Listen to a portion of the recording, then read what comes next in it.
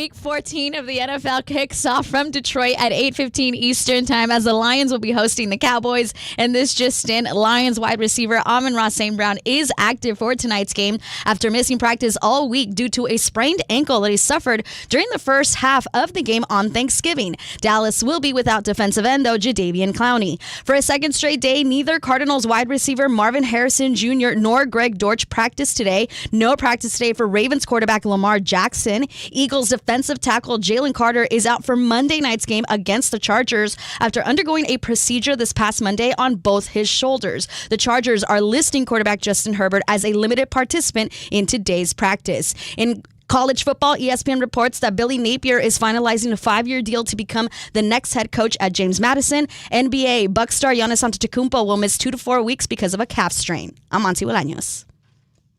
I've been covering this league since 1987.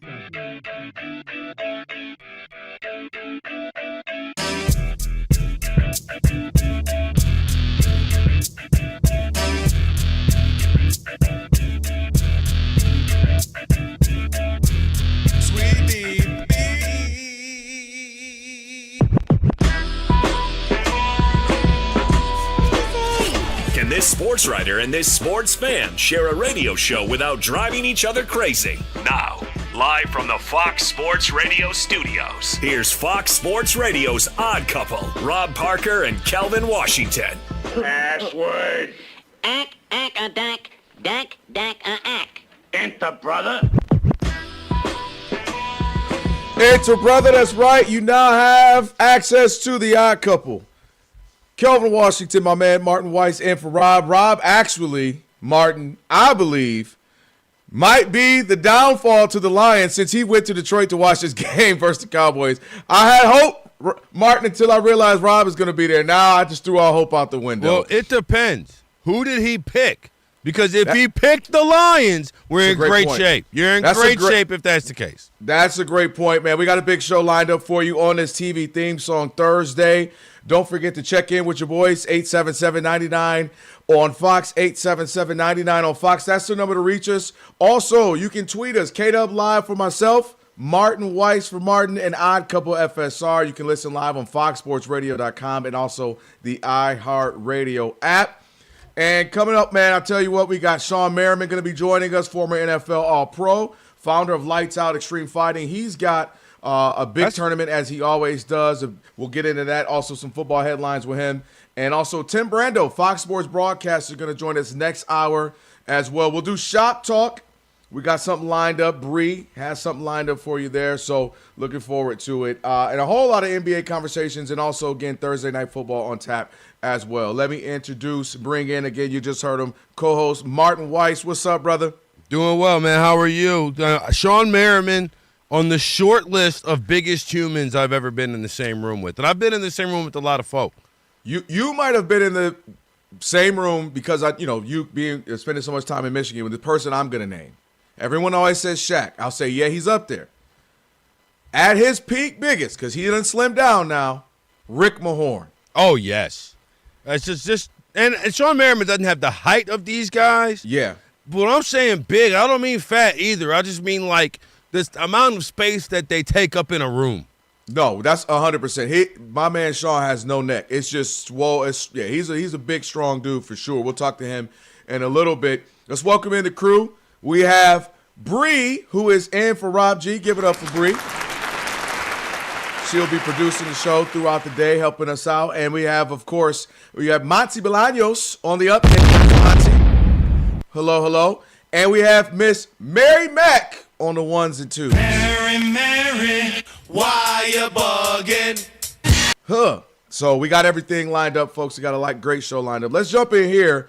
Martin, Rob and I got it. The news, of course, came now like a day and a half ago, whatever it is, of Chris Paul, maybe, a little over 24 hours. But Rob and I got into the conversation of what this is. Chris Paul, they flew out to talk to him. They say it was a 3-hour conversation between he and Lawrence Frank, and they basically eventually found a way to part ways. Now, it gets complicated as far as the specificity of if he's off the team, can he get traded, can't get traded till December 15th. They're not releasing him yet, so he's just kind of off the team as we sit here. But we get some more news on this, Martin. You get to hear from finally Kawhi Leonard, who was shocked by this. He couldn't believe it. He said he had to reread it. James Harden, who said he was blown away by this, couldn't believe it, and didn't believe that this is actually what happened. But he said, here goes the franchise believing they're doing what's best for us. Tyronn Lue, which is a big one because the reports were, Martin, they had been talking for weeks, him and CP3. And that CP3 had wanted to have a meeting. Tyronn Lue was ignoring him. Next thing you know, we are where we are. So those are kind of the latest we get from star players, coach. But when I look at this, Martin, I look at this a couple of different ways. I talked a little bit about it yesterday with Rob. And the more I think about it, the more I view it like this. I brought up the fact that, look, Chris Paul can be somebody that's hard to get along with, that presses on you, grinds on you, that we've heard all the reports that he can wear on his teammates. We've seen it, right? We've seen it whether it was the Clippers. We've seen it with the Rockets. We've seen it with the Thunder. We've seen where he can be a lot to deal with because of how he plays, his approach off the court. He's always pressing the buttons. You need to be doing this. No, you need to be doing that. Screw with this person. We got to do that. That's kind of been the knock. Plus, even on the court, he's also been a person that has plays that rub people the wrong way, some dirty plays, some tough plays, whatever you want to call it. So I looked at it as a split 20-year career. First 10 years, could do no wrong, great commercials. He's the babyface assassin. Oh, we all felt bad he couldn't land with the Lakers when he had that trade. The second 10 years has been a little bit more people starting to say, well, he's not a winner. Well, he's a dirty player. So it's been an interesting, split career for him. But none of us really can question the pure talent at all. But I look at it this way, Martin. Do I believe that Chris Paul may have been a Clipper and now this stint and been a little tough, a little demanding, very vocal, maybe disgruntled at times, expectations through the roof? My answer is yes.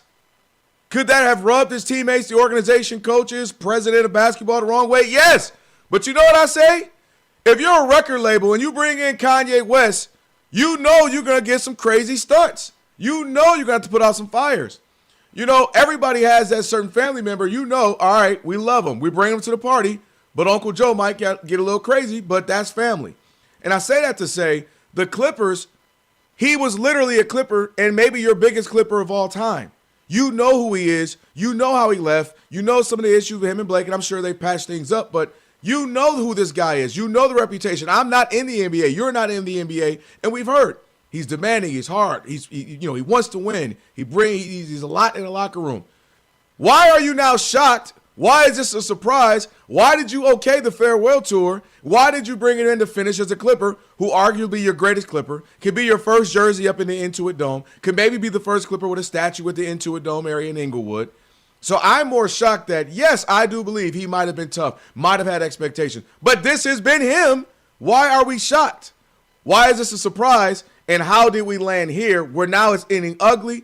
For him, this is all ruined, and it's also putting a spotlight on you all, the Clippers, because now we're saying this is fumbled. The whole Kawhi Leonard experiment's been a fumble. SGA is now a star that you traded with the Thunder. He's a champion and MVP, and they still got all those picks you gave up. It starts to make us reflect on Lob City, how Chris Paul also, did not win, and that was a overrated team, ended up not doing anything, who underachieved, I should say. Sure. So now to me, you put the spotlight back on the organization as a whole. And the same thing I said yesterday, I'll end it with this, Martin. It just reminds us, through it all, Chris Paul's fault, their fault, everybody, all this, the Clippers gon' clip. And it's just a reminder. Because if I told you had Kawhi, Paul George, Chris Paul, Blake Griffin, DeAndre Jordan, Jamal Crawford, James Harden, if I didn't mention all these other players, and over about a 20, 25-year span, you'd have one Western Conference Finals appearance to show for all of that.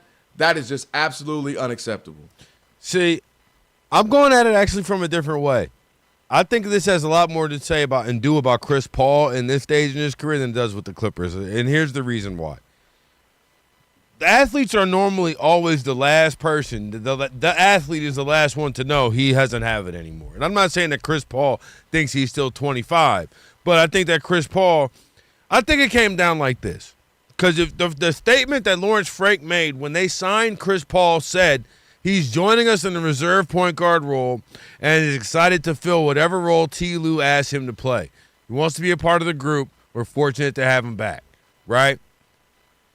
It's only been 19 games, right, or something like that. It's only been a quarter of the season.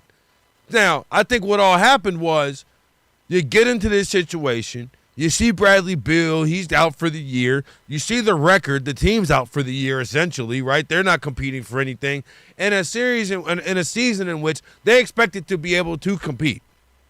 You're not signing these guys in this way if you don't think you're going to be able to compete. And again, like you said, Clippers going to clip. I'm with you there.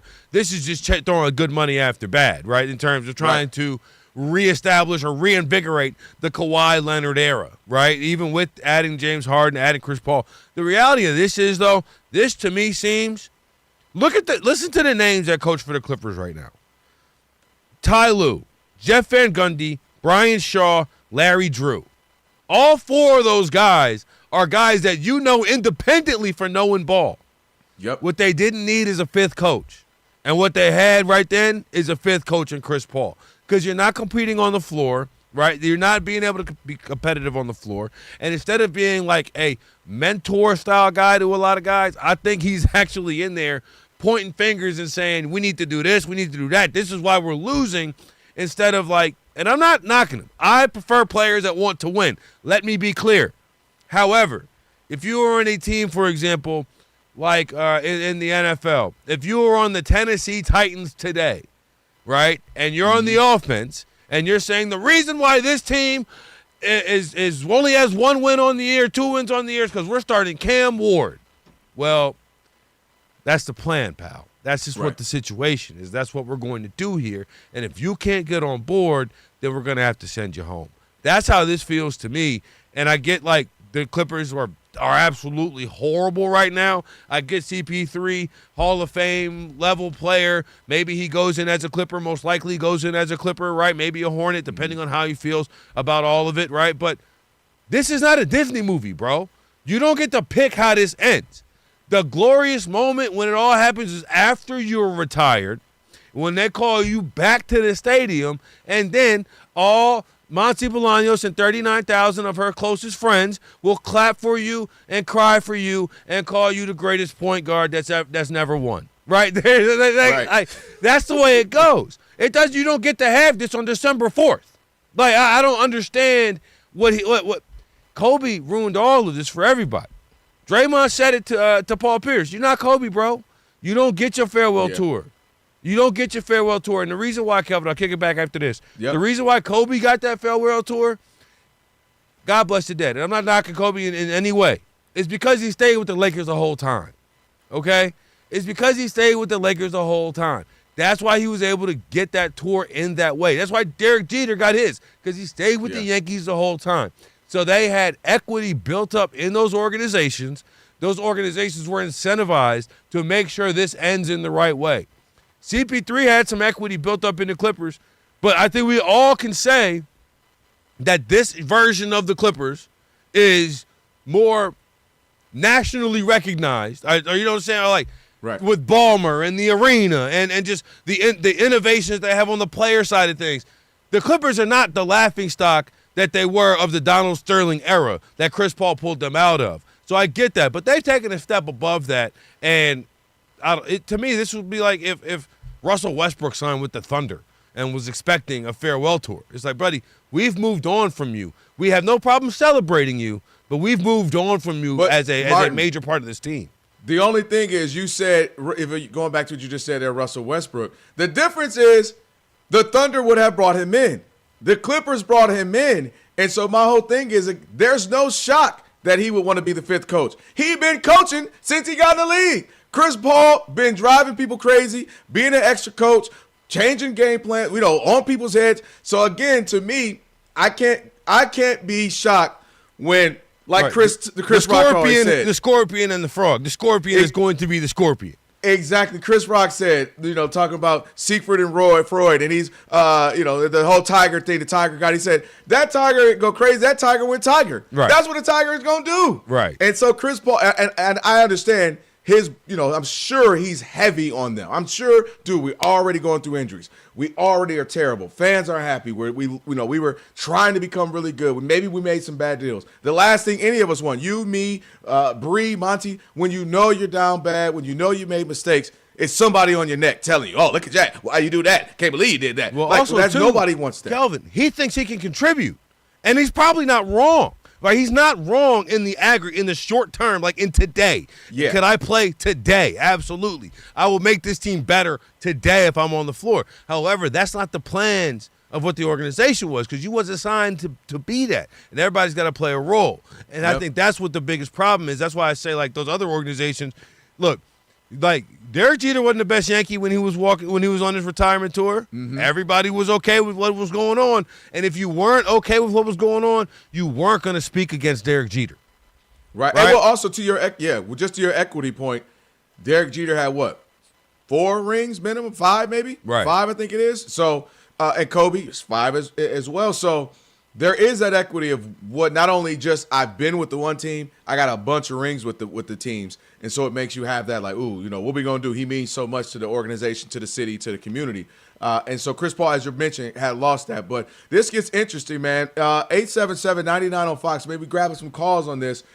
Are you thinking Chris Paul maybe overplayed his hand? Is this just the Clippers clipping? Did they already know what they're bringing in? We'll take some calls on this 877-99 on Fox. My man Martin is in for Rob. It's the Odd Couple on a TV theme song Thursday. Stick with your boys, Fox Sports Radio.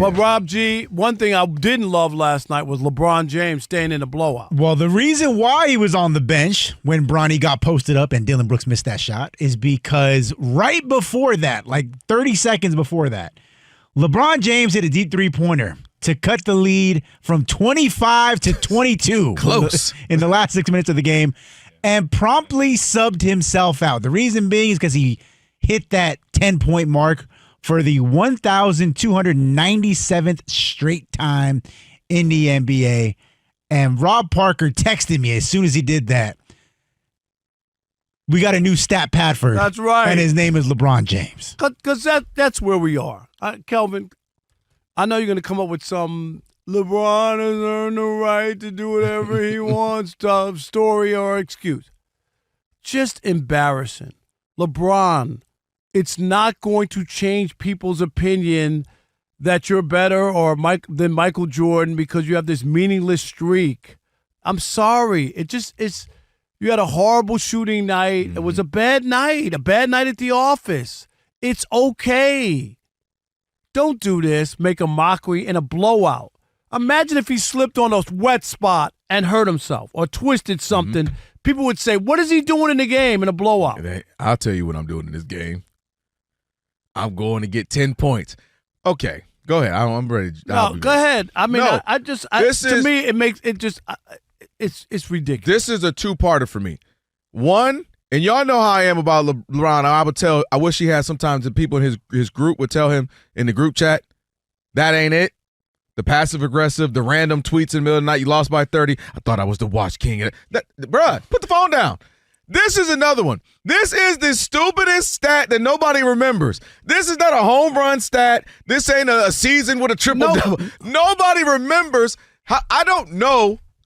Michael Jordan is the greatest of all time. I don't know how many games Michael Jordan had with 10 points.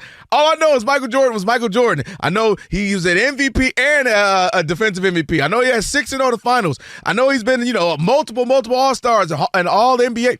I don't know how many games Kobe Bryant, God bless the dead, had a 10 and Kareem had 10. Nobody does it. Nobody cares. This is the stupidest stat Who ever. Came up with this? So this one to me bothers me. Now, do I have a problem if you're staying in to get that triple-double? Steph Curry, I'm making it up to hit a 3 to win the all-time 3-point.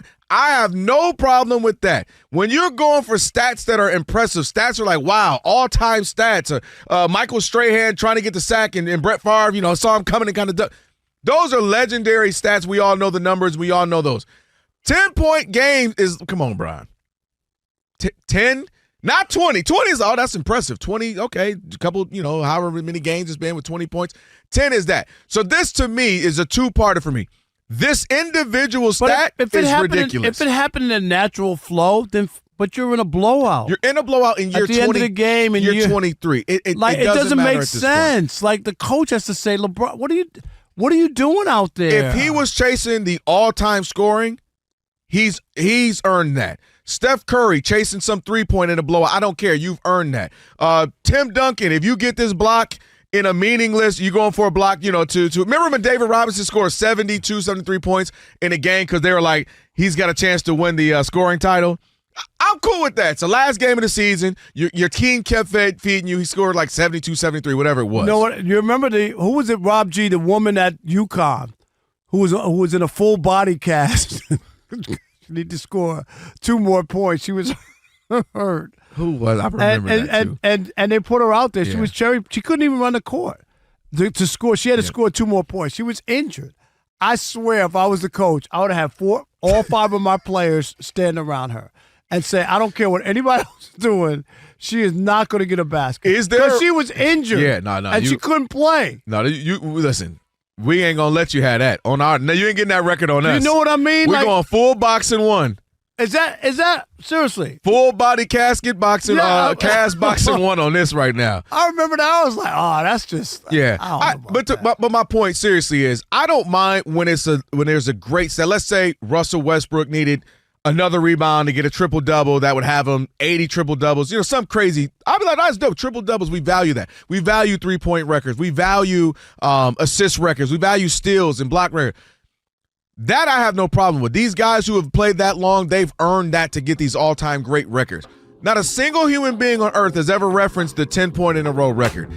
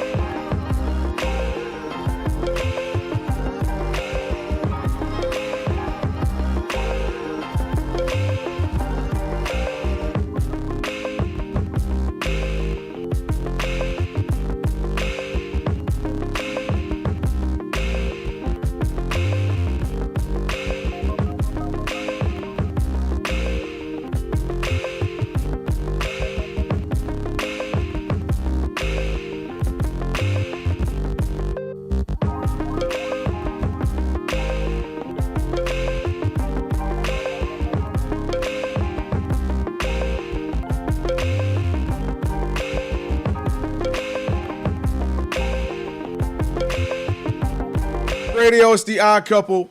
Kelvin Washington, Martin Weiss, who's in for Rob on a TV theme song Thursday. Coming up in about 5-6 minutes or so. Sean Merriman, former NFL All-Pro linebacker, founder of Lights Out Extreme Fighting, and maybe one of the biggest human beings Martin Weiss has ever been in a room with, getting ready to join us here in a little bit. We'll talk some NFL headlines with him, also his Lights Out Extreme Fighting, what they have coming up, as always. Looking forward to that. Plus, coming up as well, little conversations about some college football. We got some thoughts. We'll give you that in a minute. And be sure to check out the brand new YouTube channel. We're on there simulcasting live as always. All you got to do, go to YouTube, then search Odd Couple FSR. And again, that's Odd Couple FSR. So hit the subscribe button while you're there. Like it, thumbs up, share, comment. Bree, who's in for Rob G, can hop on the comments and we'll read a few of those. Also, from the Odd Mob and the YouTubian. So if you want to jump in on that, you can do it as well. So subscribe, share it. We always appreciate it. Again, go check out the YouTube. All right, let's take a couple calls. 877-99 on Fox. Martin and I were just talking about, again, Chris Paul. Things keep coming out. More bits of the storyline have come out as well. And so let's see what folks have. Let's go to Marty in Kentucky. Marty, you're on with the Odd Couple, Fox Sports Radio. What you got, Marty? What's up, guys? I'm really excited that you got John Merriam today. He's a player I really like to follow. I did like to follow. You guys know that he played JUCO ball. Sure. Been seeing. Yeah. Yeah, that's pretty impressive. Somebody that just keeps on plowing. I actually played against a guy in high school that roomed with him, Adrian Armstead. He'll probably know that name, but anyway, I've followed his career, and I just think it's cool he's on. But I'll get to the subject. I think that Kelvin is dead on. They're just adding another coach. He's got very little play left in him, and he's always been a coach on the floor, on the bench. I still remember him. I mean, right up in James Harden's face. And Houston was James Harden's team, and he came to Houston, and he was in his face telling him, "We have to play defense." And I just remember Harden throwing his towel down and shaking his head. And I mean, this guy is a coach, and they don't need another coach. I don't like that situation. Yeah. Hey, we appreciate the call, Marty. We'll definitely tell Sean. What's the guy's name again? You said he played with. I'll try to bring that up to him. I think he said Armstead. Okay. He said Armstead was his last name. All right, yeah, I'll try to bring that up to him. But yeah, I mean, Martin. Again, we touched on it. I feel like CP's always been that guy. And you brought the point that they're probably like, look, man, we don't need that right now with an amazing coaching staff like they have. So I could just see why it was mixing, the two chemicals that don't go together, and you're gonna start a fire for sure. Let's keep it rolling. Let's go to George in Washington. Not the first president. He's George in Washington. What's up, George? You're on with the Odd Couple, Kelvin and Martin on ATV theme song Thursday. What's up, brother? Right on. What's up, guys? So I'm gonna come at this a different couple ways. I'm a Laker fan.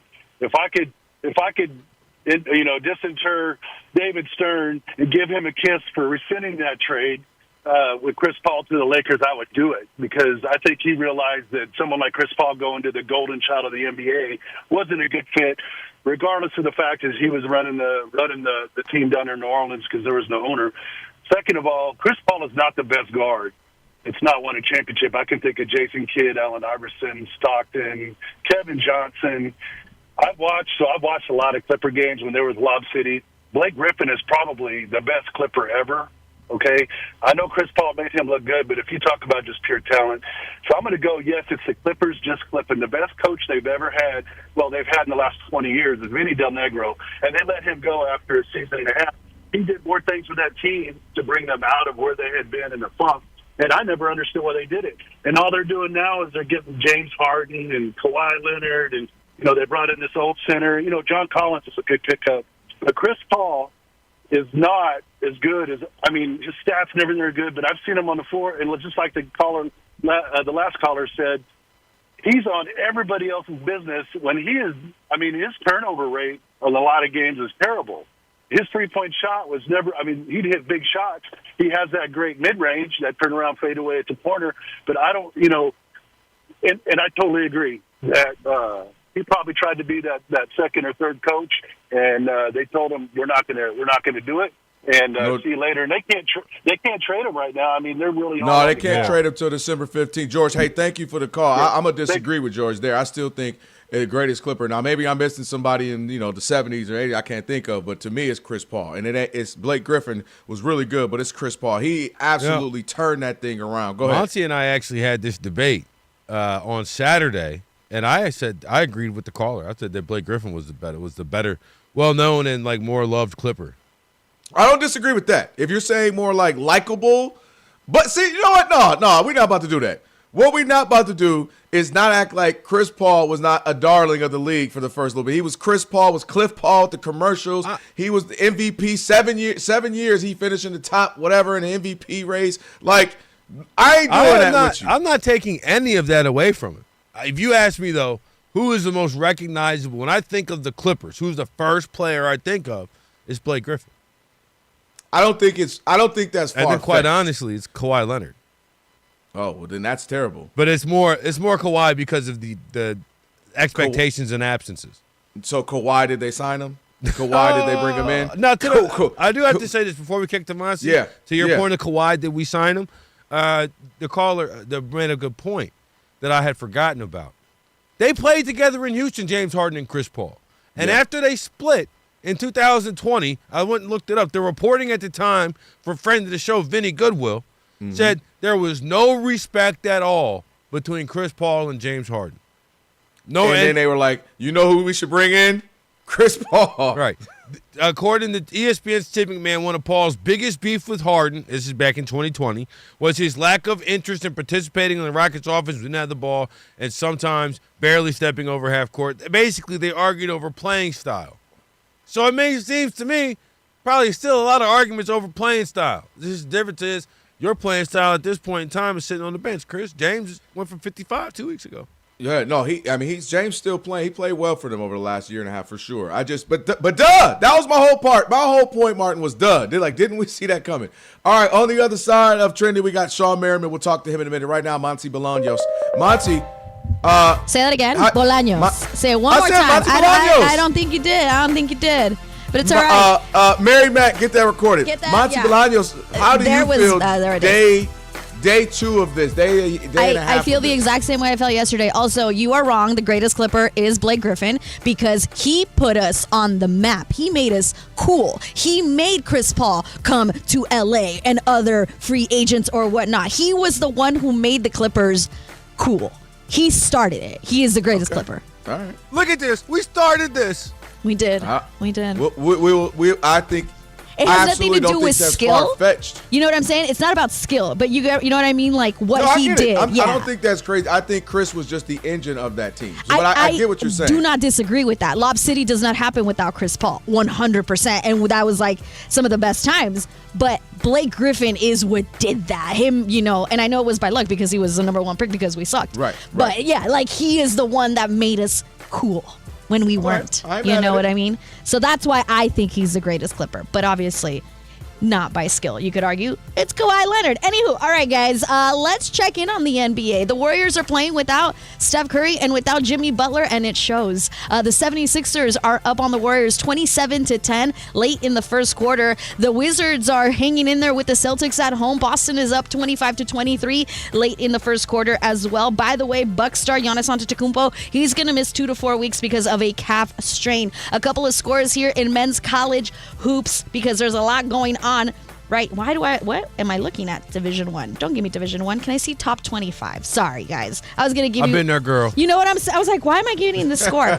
No. And then this wants to freeze on me. I'll get to you back in a second. Guys, week 14 of the NFL kicks off in about 45 minutes from Detroit. Lions and Cowboys. Also, wide receiver Amon-Ra St. Brown. He is active for tonight's game after missing practice all week due to a sprained ankle that he suffered on Thanksgiving Day. Dallas will be without defensive end Jadeveon Clowney.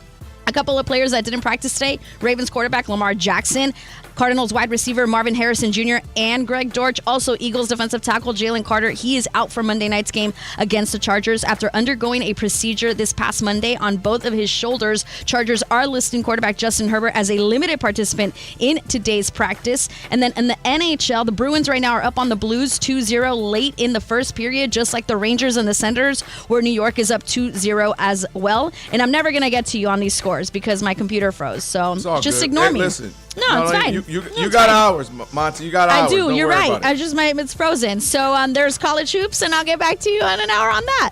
Back to you guys.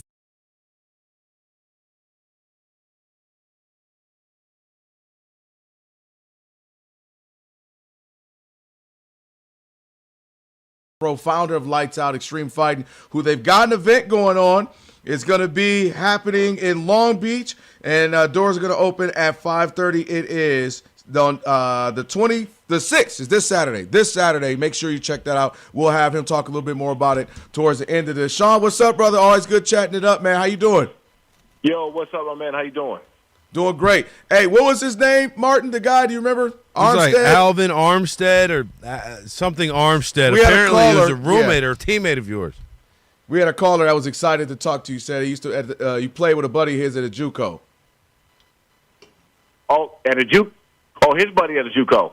Yeah, he was just hyped up about you. I said I was going to try to bring it up if I remember, but I might have messed it up. It was Armstead. But let's go here, man. Let's talk some NFL. We got Thursday night. Martin and I dive a little deeper into this in a little bit. And you got the Cowboys, who all of a sudden resurged offensively, right? They're looking great. Dak's an MVP candidate. And even defensively, they've been a bit better. You got the Lions, who, while 7-5, they haven't looked great the last handful of weeks. Where do you come out on this? Which kind of where the teams are trending? Who do you look at tonight and say this is a must-win? They absolutely have to win. Well, I'll say this, man. This is a time what we call December football, right? Because those first several weeks, to me, in my opinion, doesn't matter. I mean, that's just really teams getting on the same page, getting the flow of things. But we all gonna see what things shake out in December, then that's when you want to be trending up. Also, I remember there was a lot of Cowboys fans out there that was complaining, why we didn't go get a big-name coach or somebody else. And they kept my man Brian Schottenheimer, who was on the coaching staff back when I was with the San Diego Chargers. I knew they made the right decision. And that was let me remind you, that was a Dak Prescott decision by keeping him there. Why have a new offensive coordinator, new head coach coming in and doing that? So I'm not surprised that Dak having a season he's having. And also Cowboy fans whining again about Jerry Jones, right? Letting go Micah. They start bringing in a couple more pieces to the puzzle. And look what's happening. So, and this is not a shot at Mike at all. Micah's a great player. But long term, I said that Jerry could win that trade, and it's looking like it's working out for him. Talking on the other side of this game, the Lions and the Cowboys, the Lions obviously lost both their coordinators. They also lost center Frank Ragnow. Like, offensively, they're still scoring a ton of points, but like Kelvin just said, it feels different in Detroit. How much of an impact do you think losing coordinators on that has on a team year to year? Because the Lions, in terms of the players on the field, it's a lot of the same guys. And I don't like making excuses because everybody's injured or beat up at this point during the year in the NFL. They got a lot of injured players, and then they got a lot of guys that's banged up. Even wide receiver, he's playing tonight. I'm dropping his name. St. Brown. He's playing. He's active, but we all know he's nowhere close to 100%. And so now you got the star player that is walking to the game banged up, and you asking them to go out there and win football games. And they're scoring a lot of points, and that's really mainly because Dan Campbell took over the offensive play calling. And I think that he should have been doing offensive play calling before the year started because his style of play, his style of coaching suits what they're really good at. And that's taking shots, running the football well, going downfield when necessary. But I don't know, man. I just don't think they got enough horses to finish the season out strong, and I got Dallas tonight. Yeah, listen, obviously, and everybody who listens knows that, I'm a Lions fan, but you're right. I mean, they're going through it right now. Guys are nicked up. Guys are banged up. They lose Laporta, so they're losing some steam as they get closer towards the end of the season. I want to go to a team right now that's kind of doing the opposite, and they're turning things around a little bit, and that's the Texans, the Houston Texans. They find themselves in a position where they've won, I think it's 4 straight. They got the offense, believe it or not, starting to go a little bit as well. What do you make of this team? Kind of the turnaround offensively, and now they got to go up at Kansas City, which is going to be a huge game for both teams, especially obviously the Chiefs if they want to keep their playoff hopes alive. Yeah, Chiefs gonna have a problem with that defense, man, because this defense really taking on DeMeco Ryans' attitude. And I'll tell you, one of my favorite players to watch, and I have been watching him since he was out at Alabama as well, Anderson. Those guys like to get after you up front. And it's not even just their front seven; their front four. They don't need to go and bring a bunch of exotic blitzes and things like that. Man, they can beat you 1-on-1.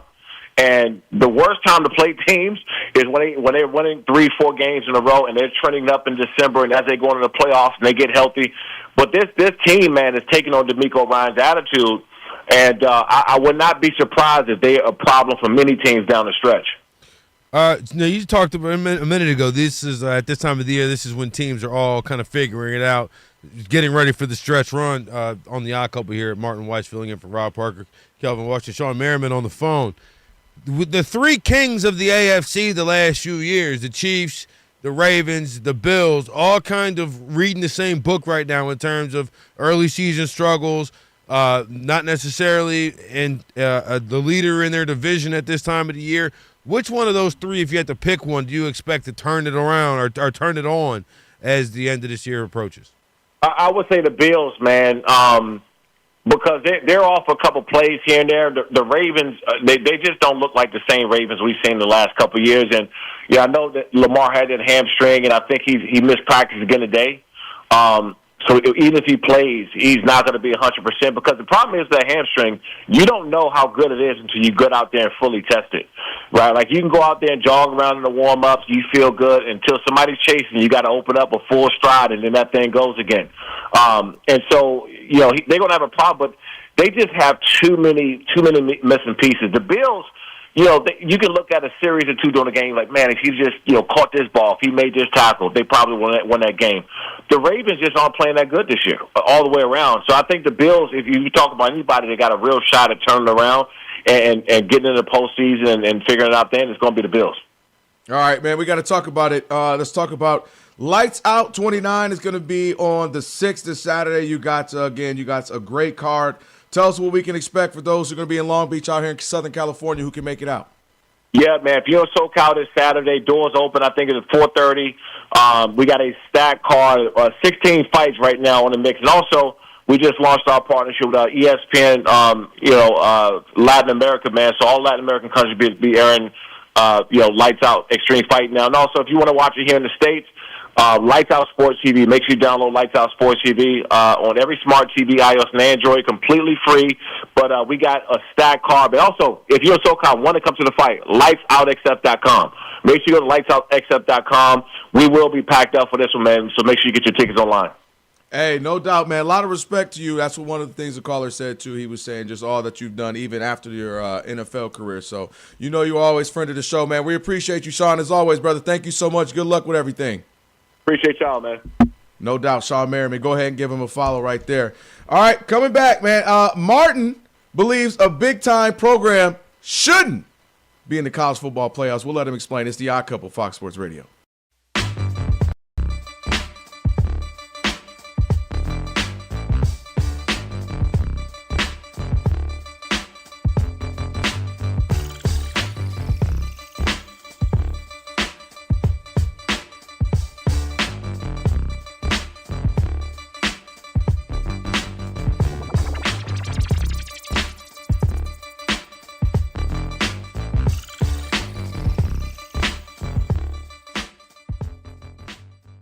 This is a lesson, Kelvin, for all people out there.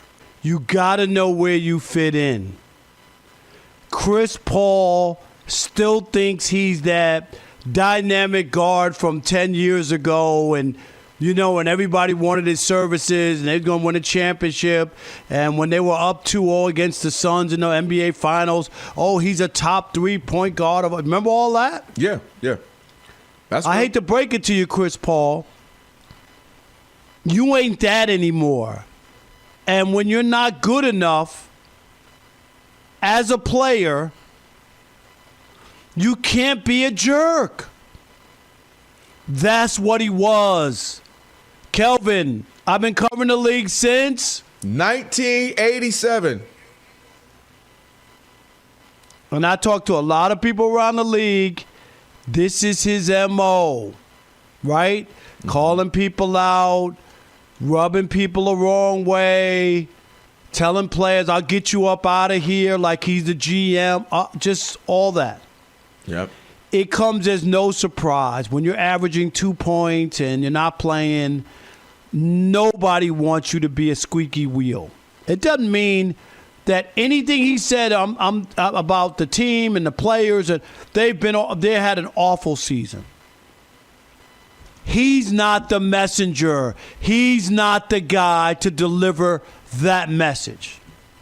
I don't care about the career, how long you play. You're not playing. You're not a veteran who's still starting. The starting point guard. You're not playing. You're averaging 2 points. Kelvin, you got to know better. You have to. I bring up this story all the time. Fantasy Island. I'm not equating Chris Paul to tattoo, but I'm just trying to say. Okay. Tattoo was on a very popular show, Fantasy Island, with Ricardo Montalban. He wanted Montalban money. He went to the producers at ABC and demanded Montalban money. He's a little person with a couple of lines. The plane is not going to get you equal money. You're not an equal star on the show. Did ABC bend, the producers bend, Kelvin? Did they bend? No. No. What'd they do? They replaced him. They said, all right, cool, peace. Peace. And the Clippers did the same exact thing. He wasn't good enough anymore. You can't be not good or so-so or bad or whatever you want to say and think you have the same clout as when you were a big-time star in the NBA. I don't care about how long you played, all that other stuff.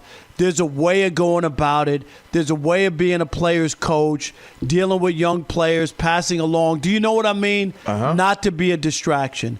And that's why Chris Paul, his farewell tour got detoured and the bus went off the cliff. That's what happened. Chris Paul, Rob, has lived long enough. You know that old phrase they say, you either die a hero or you live long enough to see yourself become the villain. I feel like Chris Paul, the allegory of his NBA career, if you look back, he was the babyface assassin when he was with the Hornets and maybe making that team overachieve and battling against Kobe and the Lakers in playoff. You're like, man, this kid is good. And ends up becoming the elite. Not only do they call him a point guard, they call him the point god. And we thought of him as the ultimate leader, and he was going to ultimately become a Laker. David Stern says no to that, and then he becomes a Clipper in Lob City. As you know, you were here some of those years. Becomes the sexy pick. They were the it team before the Warriors. People wanted, they're going to win a championship. They were fun to watch, and it never manifested. But Chris Paul then started to become, it went bad with him and Blake Griffin. You heard all the stories about them not getting along with this guy, him and DJ getting into it.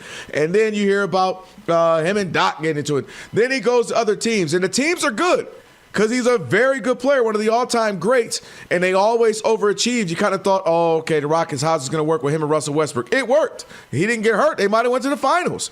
It worked with OKC. But all the other stuff, we would hear how he would just grind people's gears. He would wear on people. He could never change. He would never evolve his style as far as getting along with people. You hear stuff about telling, don't do what the coach said, do this, do that. And so it's remarkable to me that a guy the first 7-8 years of his career was beloved, was one of the most entertaining, had all the commercials. He was Chris and Cliff Paul. He was the guy, became kind of the grumpy old man.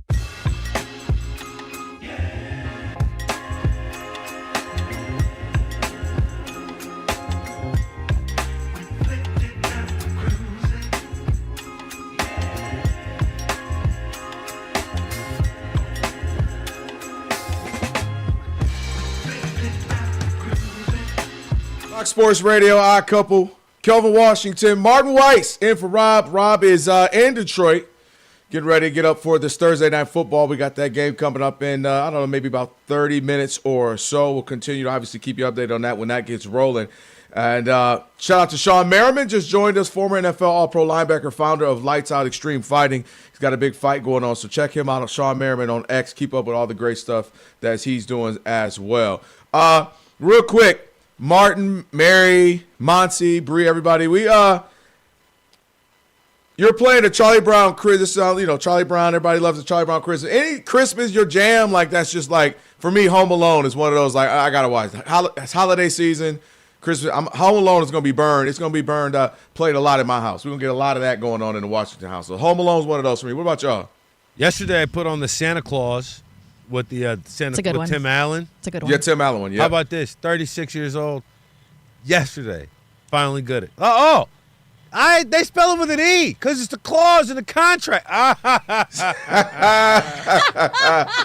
that's the best part. It's still the gifts that keep on giving to you, Martin. I love it. That was pretty clever. Yeah, that's one for me. Clever. The Christmas Story, I feel like we all were obligated. TBS or TNT, whichever one, plays it for 37 hours in a row, whatever. So we all got to see that. What about anybody else? Monty, Bree? Yeah. Jingle All the Way with Arnold. Classic.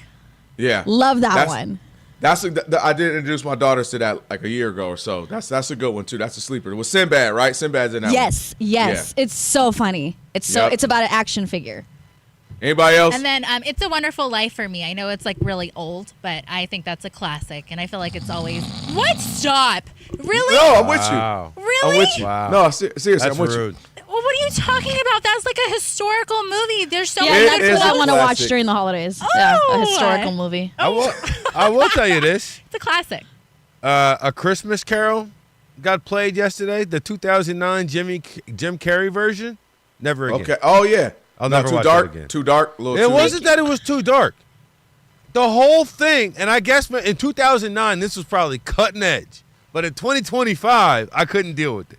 Oh The animation, the whole thing looked like a video game cutscene.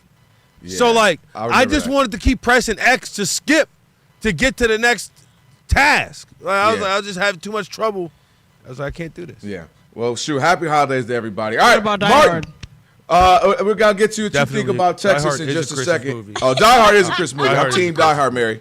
Team Die Hard every year, Mary. Anytime it's on, Die Hard's getting at least 30 minutes out of me for sure. Never seen it. All right, it's time for your Tire Rack Play of the Day. Kawhi, right wing, steps into the three. Short, gets his own rebound. Pump fakes in the paint. Triple team, kick it hard in his left wing three. Bottoms, and the beard knocks down the tray ball. Tire Rack Play of the Day brought to you by Tire Rack. For over 40 years, Tire Rack has been helping customers find the right tires for how, for what, and for where they drive. Ship fast and free, backed by free road hazard protection.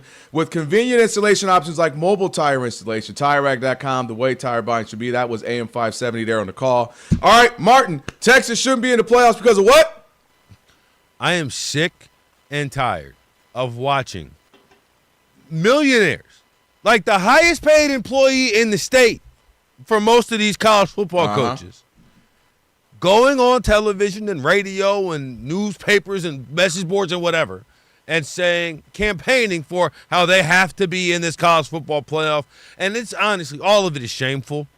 I'm from a generation where you lose a game in November, you're now ineligible to win the college football championship. Yeah. I liked it better that way. I know it wasn't probably the best way possible, but I got to sit up here and watch because the most egregious ones, Kelvin, is Texas. If we're left out of the playoff, we can't do things like schedule Ohio State again. Oh, my goodness.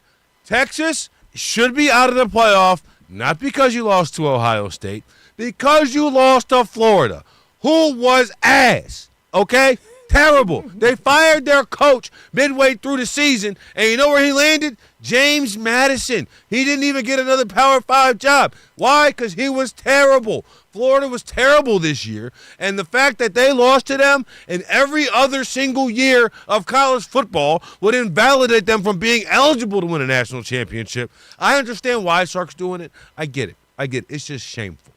That's all. Hey, it's shameful. I totally get what you're saying. I mean, listen, obviously, ain't nobody going to advocate for you like yourself, so I get what the coaches are doing, but you're right that it turns into a beauty pageant where, gee golly, let me tell you why I deserve this. And when they do, each coach doing that for the last 6-7 weeks. But not only you mentioned Florida, I'll one-up you. They had some games, Martin, where they're supposed to flat out dominate, and they didn't, right? I mean, you look at some of these other games on their schedule, and they were supposed to just flat out beat Kentucky. They beat them by 3 in overtime.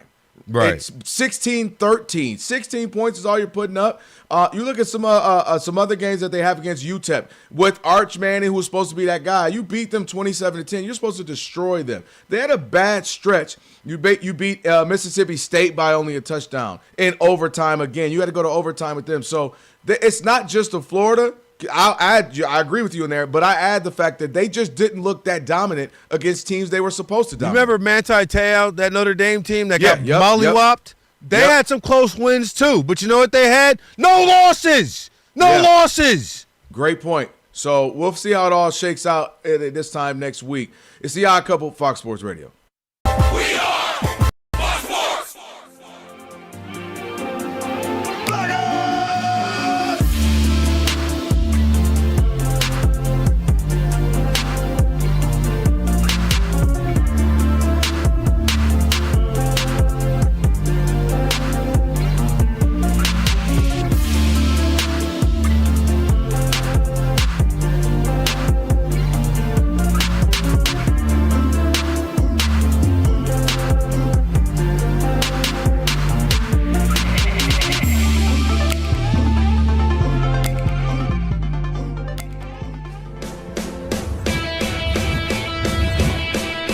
Wake up, it's two pros and a cup of Joe, Fox Sports Radio. You ready? Yes. I'm Colin Cowherd. This is The Herd. You are listening to The Dan Patrick Show. It's the Odd Couple. You know what time it is. Let's get it. Fox Sports Radio. Bigger, bolder, and better than anyone in the game.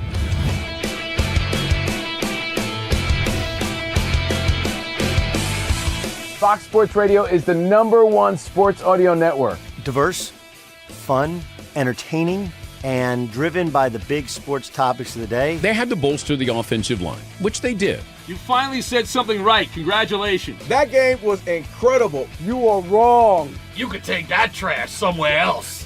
Wham! We have a very special connection with our audience, our listeners. People feel that friendship. And I appreciate y'all so. I love it. It's all for you. Thank you. I'm your favorite fan. Thank you. Love you. You're very talented. You're the best. Thanks for taking my call. Sure. Great show. Thank you, Jim. You sound like Joe Pesci. How am I funny to you? I can't help but notice that the W-2s for the quarterback look a lot higher. That's because we're worth it. You gotta be kidding! He never was an elite quarterback. This team is unstoppable. He made the right call. You know that's right. LeBron James is a legend. No, he's not. He complains all the time. You say Brady's the greatest quarterback of all time, but Eli Manning beat him twice. Wrong.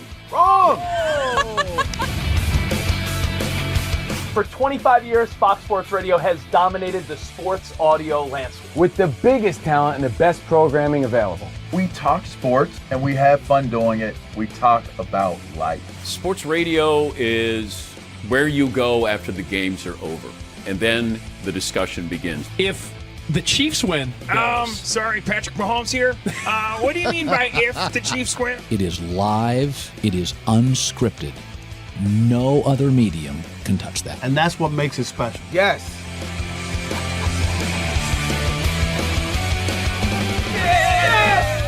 Who wants some? Bigger, bolder, better. We are Fox Sports Radio. Yeah.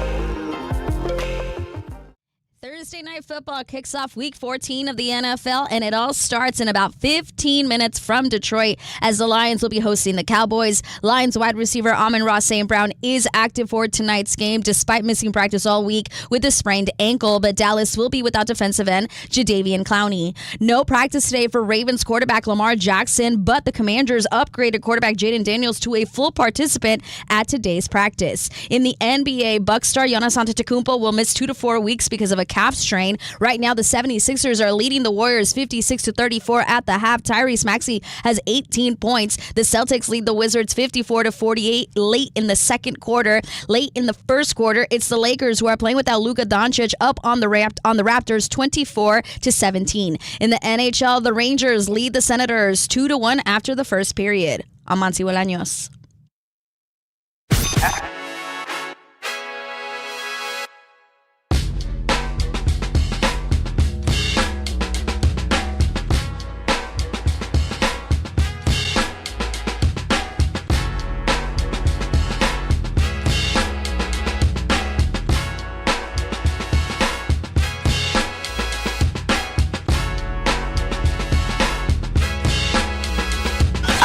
Can this sports writer and this sports fan share a radio show without driving each other crazy? Now, live from the Fox Sports Radio studios, here's Fox Sports Radio's Odd Couple, Rob Parker and Kelvin Washington.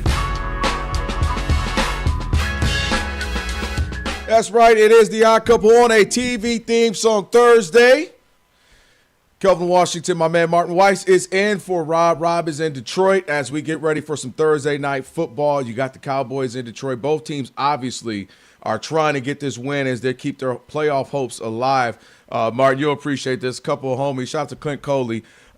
He's a big-time Eagle fan. He was like, Lions, we need y'all. I was like, hold on. Don't be coming to our side now. Y'all beat us. You know what I mean? He been talking big smack, you know, personally to me. And now all of a sudden he got posted a picture with a Lions hat on and Lions jersey. Talking about Lions, you have one job to do. That's, of course, beat the Cowboys as they're trying to somehow sneak in this playoff race. We'll get to that a little bit more in just a second. If you missed last hour, go check it out. Don't forget, you can listen to the podcast. Bree will have that up for you in a little bit. Bree's in for Rob G. We had Sean Merriman join us as well. And check out the YouTube. We're on it now. All you got to do is search Odd Couple FSR. You can find it there. Share, like, comment. YouTubians, please comment away. The Odd Mob. We'll get to you guys a little bit later on. Later this hour, Tim Brando, Fox Sports broadcaster. We'll chop it up with him in just a little bit. And then at the end of the hour, we'll have some shop talk. That's always fun as well. But, Martin, this is a big game for both teams. Again, both teams are fighting for their playoff lives. The Lions, it's been a weird season for them where if you just, they've played well at times, and you thought, okay, this is who they are. But then they've had a couple of games they shouldn't have lost. Most notably, in my opinion, that Vikings game, they shouldn't have lost that one a handful of weeks ago. Now they find themselves 7-5 on the outside looking in. You got the Cowboys at 6-5-1. Remember that tie with the Packers, but they've been playing really well as of late, especially the offense and the players they acquired in that trade have been producing thus far. Quentin Williams being one. An example of that. So big game tonight. Kickoff about 5:15. We'll watch it and keep you updated. But one of the bigger conversations, a couple ways going about this game, Martin. I'm gonna start here. Is Dak Prescott and how he's kind of been reminding folks that without the playoff success, if we were just to simply look at regular seasons, Dak Prescott has been a really good quarterback. Right, Dak Prescott's put up stats. Dak Prescott had, prior to last season, when he was hurt, CD was hurt early, a bunch of defensive players were hurt. They had 3 seasons of 12-5, which does lead to the criticism of, well, why don't you guys ball out in the playoffs? You've been 12-5. The expectations are high. A couple of seasons back, Dak is an MVP candidate. So he's been doing this, and I think that's why sometimes people can be critical of him. Is because you want more. The expectations are high. But now you look at this season, and a lot of conversations, of course, are, is he MVP candidate? Look at him, 69% completion percentage. You got 3,200 yards, 25 touchdowns, only 8 interceptions, rating of 102.4. So he's balling out. And to me, Martin, I think, unfortunately, for any star athlete on a team in any sport, sans for maybe baseball, it is ultimately going to come down to that win-loss, and it's going to come down to the team play. And I say that to say because it reminds me of he's playing great. He's balling out. But am I not looking at the same season I was looking at last year and maybe lesser than Joe Burrow?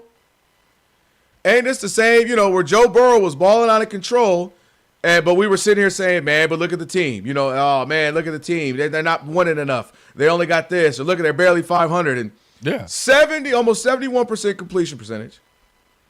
Almost 5,000 yards for Joe Burrow, 43 touchdowns, 9 interceptions, and a rating of 108.5. So to me, while Dak has looked very impressive, the team's been good and fun to watch. I mean, he's not even on the pace of what Joe Burrow was. And again, it's going to come down to how they finish. And I mean, it can't be, they're 6-5-1, so they can't end this season like, 9, what would that be? 9-7-1 or something like that. 9-6 and 9-7 9-7-1. Yeah. It can't be that to me because then that to me, I got to look back at Joe Burrow. Had an even better year. And what they finished? Was it 8-9, 9-8? No, I got you. So that the only way for Dak Prescott to win the MVP is for the Cowboys from this point on to the end of the season to not lose another game. 100%. Because the only way for Dak Prescott to win the MVP is they have to make the playoffs. And at this point, the outcome of I think tonight is the first playoff game of the year. Whoever loses this for both game, teams, I agree. You can no longer talk about them as viable playoff contenders. So that Dak MVP dream might die 4 quarters from today, right? For 4 quarters from right now. Now, if in fact the Cowboys go on a streak, which continue their streak, I should say. They've had the best 3 games and probably the best 2-3 game stretch that we've seen of any team in the NFL, just in terms of what they've put on tape in this last 3 weeks, right? Like for a 3-week period, obviously not throughout the whole season. I thought it was laughable that the Cowboys' win total was so low because Dak Prescott has been a guy when he has been healthy. I believe outside of his rookie, outside of his second year, he's double-digit wins. If he's healthy, he's going to get you to double-digit wins. So I thought a lot of that was overblown. I think this team would be better with Micah Parsons on it, obviously. But George Pickens coming over to Dallas. You saw I saw a report yesterday out of The Athletic. Everybody from Pittsburgh is speculating. All the unnamed sources from Pittsburgh speculate. Yep. The reason why George Pickens is doing well in Dallas right now is because there's no quarterback. There's quarterback stability. There's no quarterback question marks. There's no issues. We know who the guy is, and we're confident in that guy. And sure enough, George Pickens, like many other people who are very, very successful at their jobs, want to know that the people around them are going to allow them to be that level of successful at their jobs. For me, this is like I said before, playoff start today, loser leaves town type match. I think I've not heard anybody today, nationally or otherwise, pick the Lions to win this game. I'm not about to be the first to do so, although I do think it should be a close one and a hard-fought matchup. I just think what Dallas is doing offensively, plus the in-season moves, make this team feel really, really good right now. And especially as they are turning the corner, and Sean Merriman just said it, this is when you really start playing your best ball. This is a lose-or-lease town match again, but I think it's mainly because the 3 teams ahead of them, the Bears, Packers for the Lions, and then the Eagles for the Cowboys. Yeah. I think that the Eagles of those 3, the Eagles are the only one that have a real chance of falling apart. Well, the Bears too, in that they got a tough road. They play the Lions, the Packers twice. Who else? I have to pull it up. But they got a tough road ahead. I think it's one more tough one as well. Maybe it's the 49ers. But they've got a tough even still, even if they go 500, they'll still be ahead of the Lions for wild card. They'll be ahead of these other teams for wild card. You talk about another playoff game. That last game between the Bears and the Lions could be huge too. I'll add some extra motivation. Dallas Cowboys lost their fallen teammate Marshawn Nealon, who passed away last month. That could add some extra motivation too. And I find it funny. George Pickens is balling, which we already knew he was talented. But to your point, I read that same article, and they're talking about the stability with Dak. And it's funny what is okayed when either you're playing well or we are playing well. What I mean by that is if you read into that, I know exactly where you're going. One of the issues that he had in Dallas was, man, he just shows up late. He's not always, necessarily paying attention. with Pittsburgh. Well, if you read, it's same things happened in Dallas. They've been finding them and everything. They had to find them. That's how late he's been. But dang it, when you're balling and we winning and we see that you're a key cog in this thing and we got a shot to turn this season around, it's a little bit different, right? Well, he's just a little late, a little tardiness. Ain't never did nothing to nobody, I don't think it's that different. I think the difference is what is valued in different places, right? So, like, I'll equate this to a language that we both speak and nobody else does, so I'm sorry, Inside Radio. But no, in TV, right? Yeah. You might have a great producer who simply can't spell, right? Oh, man, come on, right. bro. Well, So, but I was saying, all types of great ideas, somebody that can sit there and fill your rundown out. They will have you with the highest rated opening segment every single day as long as you listen to them.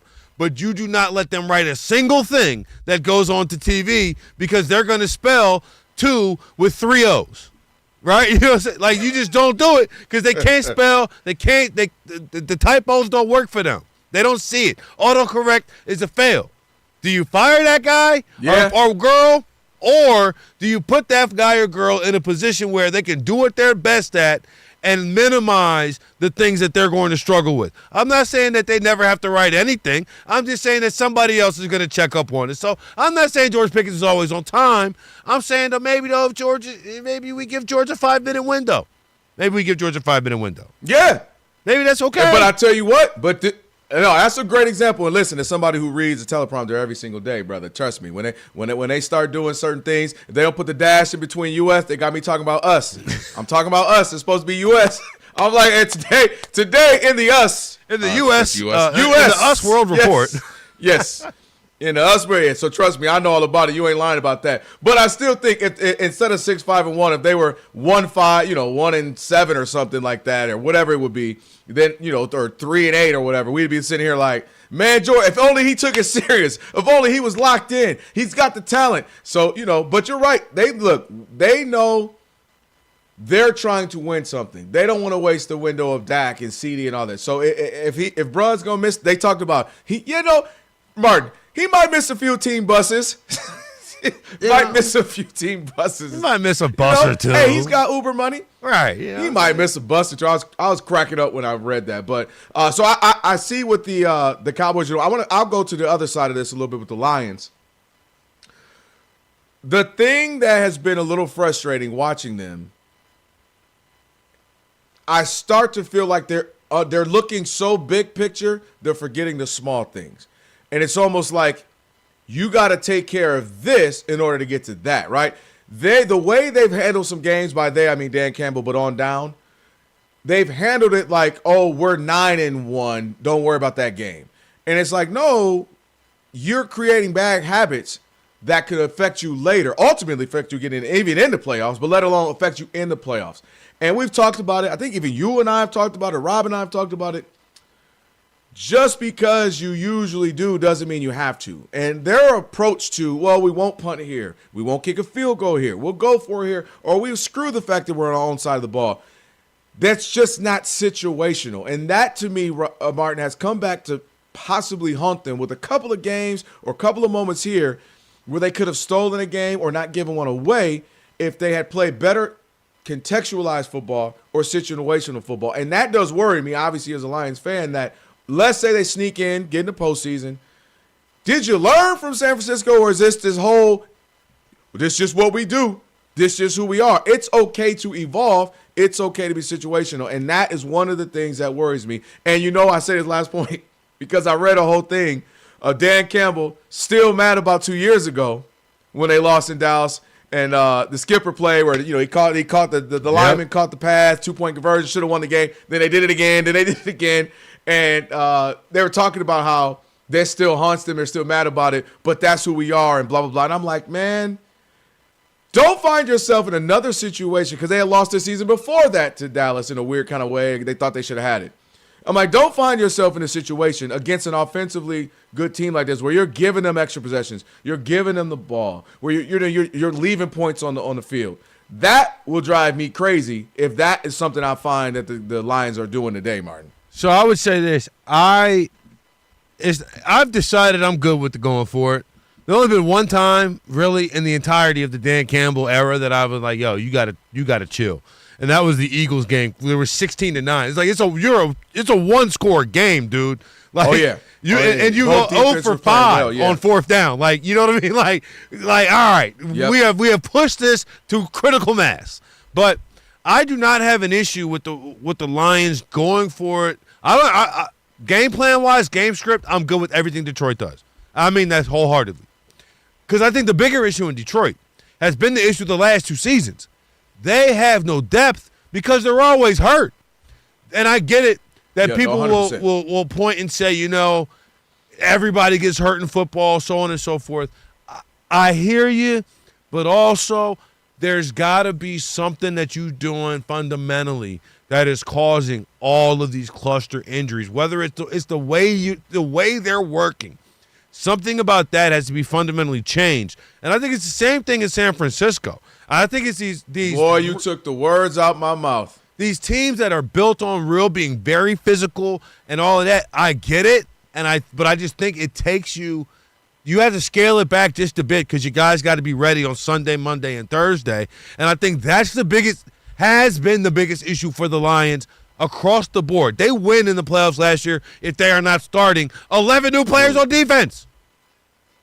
Dude, I had to screen that to Rob Parker every day against Washington. I'm like, dude, he kept blaming Jared Goff. And I said, despite Jared Goff's turnovers, you're right, he was terrible, like 4 or 5 turnovers in that game. They were right there. Yes. And I said, if their defense was there and not making Jaden Daniels look like the return of, Joe Montana or something, or Doug Williams in the Super Bowl, if you want to keep it in with the, Washington. With the community. I'm like, they win that game. And so that was a whole thing was that team's defensively, especially on the injuries on the defensive side of the ball, has cost them so much. And now with Amon-Ra St. Brown, banged up, we'll see what he looks like. And then Laporta out as well. But they're going to have to find a way to push through because let me tell you what, the league ain't nobody feeling sorry for them. But this is going to be an interesting game. Obviously, the Lions favored 3.5, but to your point, it seems like everybody's siding with the Cowboys. Only thing I'll say about the Cowboys, Martin, or at least another thing, a couple of those games they did pull off, they didn't look great against the Eagles. They had a great, second half. You know what I mean? Sure. They weren't rolling like that. So it was about 4 minutes into 4 minutes left in the second quarter. Things kind of you can feel it coming a little bit. Yeah. So there is an element of me that's like, okay, they've looked good offensively. Their defense hasn't been as great as maybe people got excited about because they've made a few plays here or there. And I start to wonder, like, all right, are we hyping them up just a little bit? So if I'm the Lions, I'm saying, man, they ain't that good, but they're going to have to figure out something. I was listening to all the football talking heads talking about the Lions. They're not going to be able to play as much man. They play man defense 70% of the time. And against that receiving core, man, that offense with Dak, you're going to have to mix it up. You're going to have to give them different looks. So Kelvin Shepard, the defensive coordinator for the Lions, this might be his most important, biggest game of the season because they're going to have to give this defense, the Cowboys offense, they're going to have to make them see things differently. Aiden Hutchinson and guys are going to have to get in there because if you just let Dak sit back with CD on one side and GP on the other, it's going to be a long game for the Lions secondary. Yeah, it didn't matter what time the bus left. George Pickens will be on time for the game. He's going to be at the game. He'll be now, at the practice. game. He'll be practice. We talking about practice. He might not be there. All right, 877-99 on Fox. You want to jump in on this? Who do you expect to win? And is Dak a realistic MVP candidate? 877-99 on Fox. And don't forget, we got Tim Brando, Fox Sports broadcaster, going to be joining us as well. It's the Odd Couple. Martin's in for Rob on the TV theme song Thursday, Fox Sports Radio.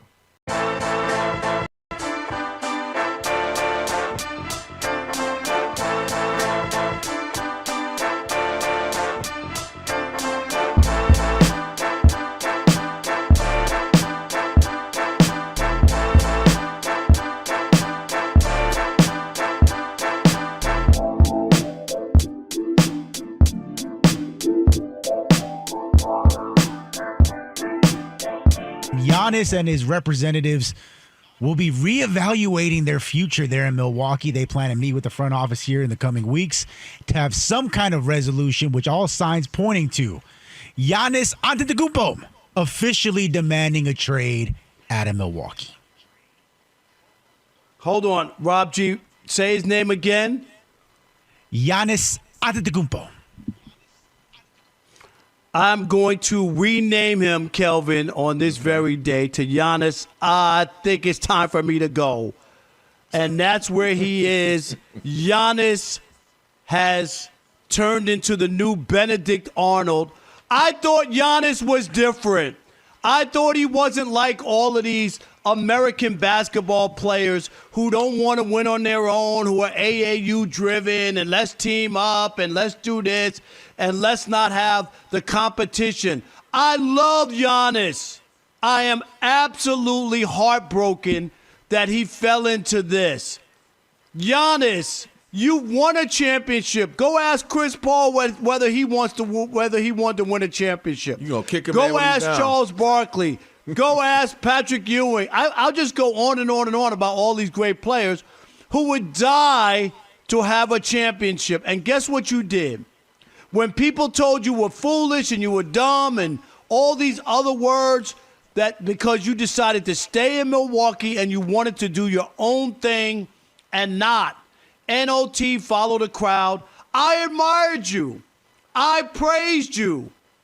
I thought to myself, thank God he's not cut from the same cloth that these other lemons are. Lemmings. You know what I'm saying? Mm-hmm. But instead, here you are when the tough gets going. Now you're ready to bail on Milwaukee. And Giannis, I have just one thing to say to you. What's that? I hope you find happiness wherever it is that you want to go. But every night, I'll say to myself before I go to sleep, I hope Giannis never wins another championship. That's where I am today. Listen, I knew this was coming. You know, we talked about this during the offseason, Rob, and I knew this was coming because I knew Giannis, he talks about it. I want to win multiple. I want to win the multiple. When they say one championship, that's good. It's not good enough for me. Like, he wants to be considered one of the all-time greats who have multiple championships. And we'll talk a little bit later on my thoughts a little bit more about him. But right now, organizationally, to me, this is one of those times where it can have been a clean split last season. They could have found that. They obviously reports that the only team that was really in the works was the Knicks. There was conversations there, but they couldn't really find a way to make that happen because he's been there all of these years. You would agree. That's why you loved him. Blood, sweat, tears. Got them a championship to a team and an organization that generally doesn't. And at a certain point, if he felt it was time to leave, he is the superstar to me that could have had the clean cut. Could have said, you know what, I tried my best. We had a great run. I'm ready to just move on. It's best for both parties. And they could have done that amicably and moved on. But the string it along, I don't want to leave. Oh, I do want to leave. Putting pressure on the organization. Then not putting pressure on the organization. Then reports about the Knicks. Then now this new report that they're going to have a conversation. To me, just leave. If you're going to leave, or if you're going to stay. Stop tiptoeing around it because this is where it gets messy. This is where fans who might have said, you know what, I have no issue. He gave us his all for 12 years. He can move on. Now it gets weird. Mixed messages. I'm staying. I'm leaving. I'm going. I'm staying. I don't want to leave. And this is where it can get bad. Rip the Band-Aid off and go on about your business. If it's time to go, it's time to go, as you said, then it's time to go. It gets weird. It gets murky. It's gonna get ugly. He's gonna end up leaving where Milwaukee fans hate him, where he's one of the rare superstars to me who could have parted ways and had been like, you know what? And they should hate him. They should burn his jersey. They should do all that other craziness that fans do and say, get lost. Don't let the door hit you on the way out. Because I really believed he was a different cat and he walked to his own beat. But ultimately, he caved.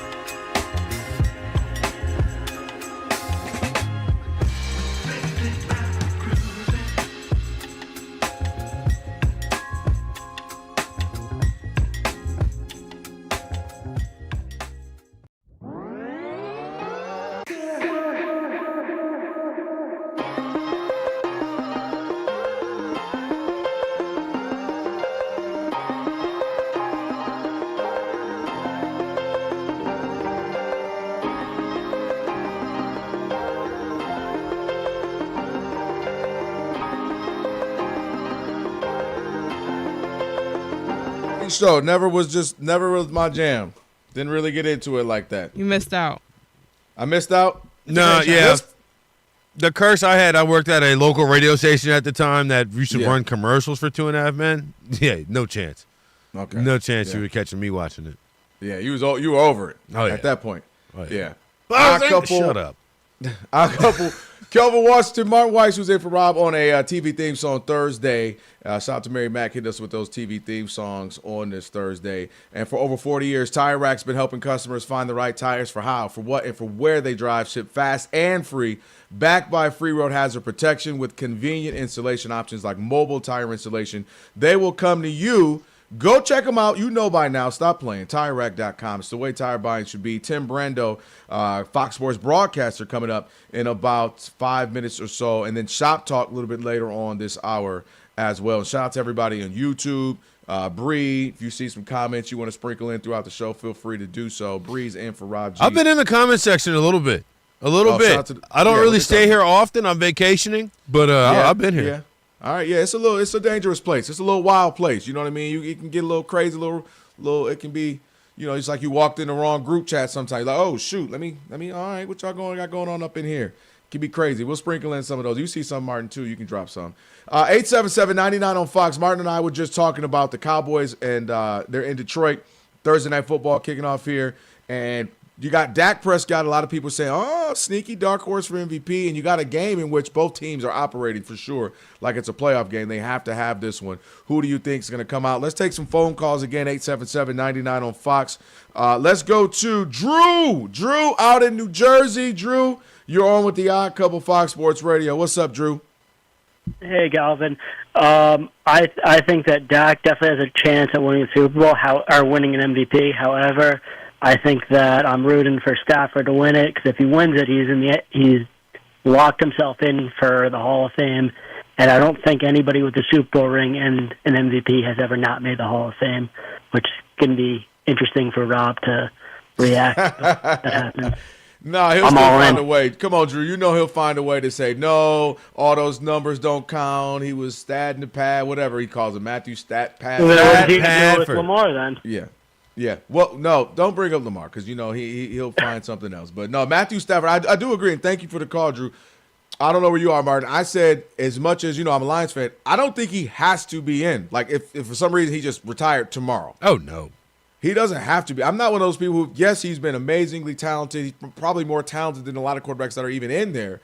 But I also say there's still some things to be done. An MVP would absolutely help. Maybe another deep playoff run. Maybe if he gets to a Super Bowl. Maybe if he doesn't even win it. But just to say, okay, he went to a couple 1-1.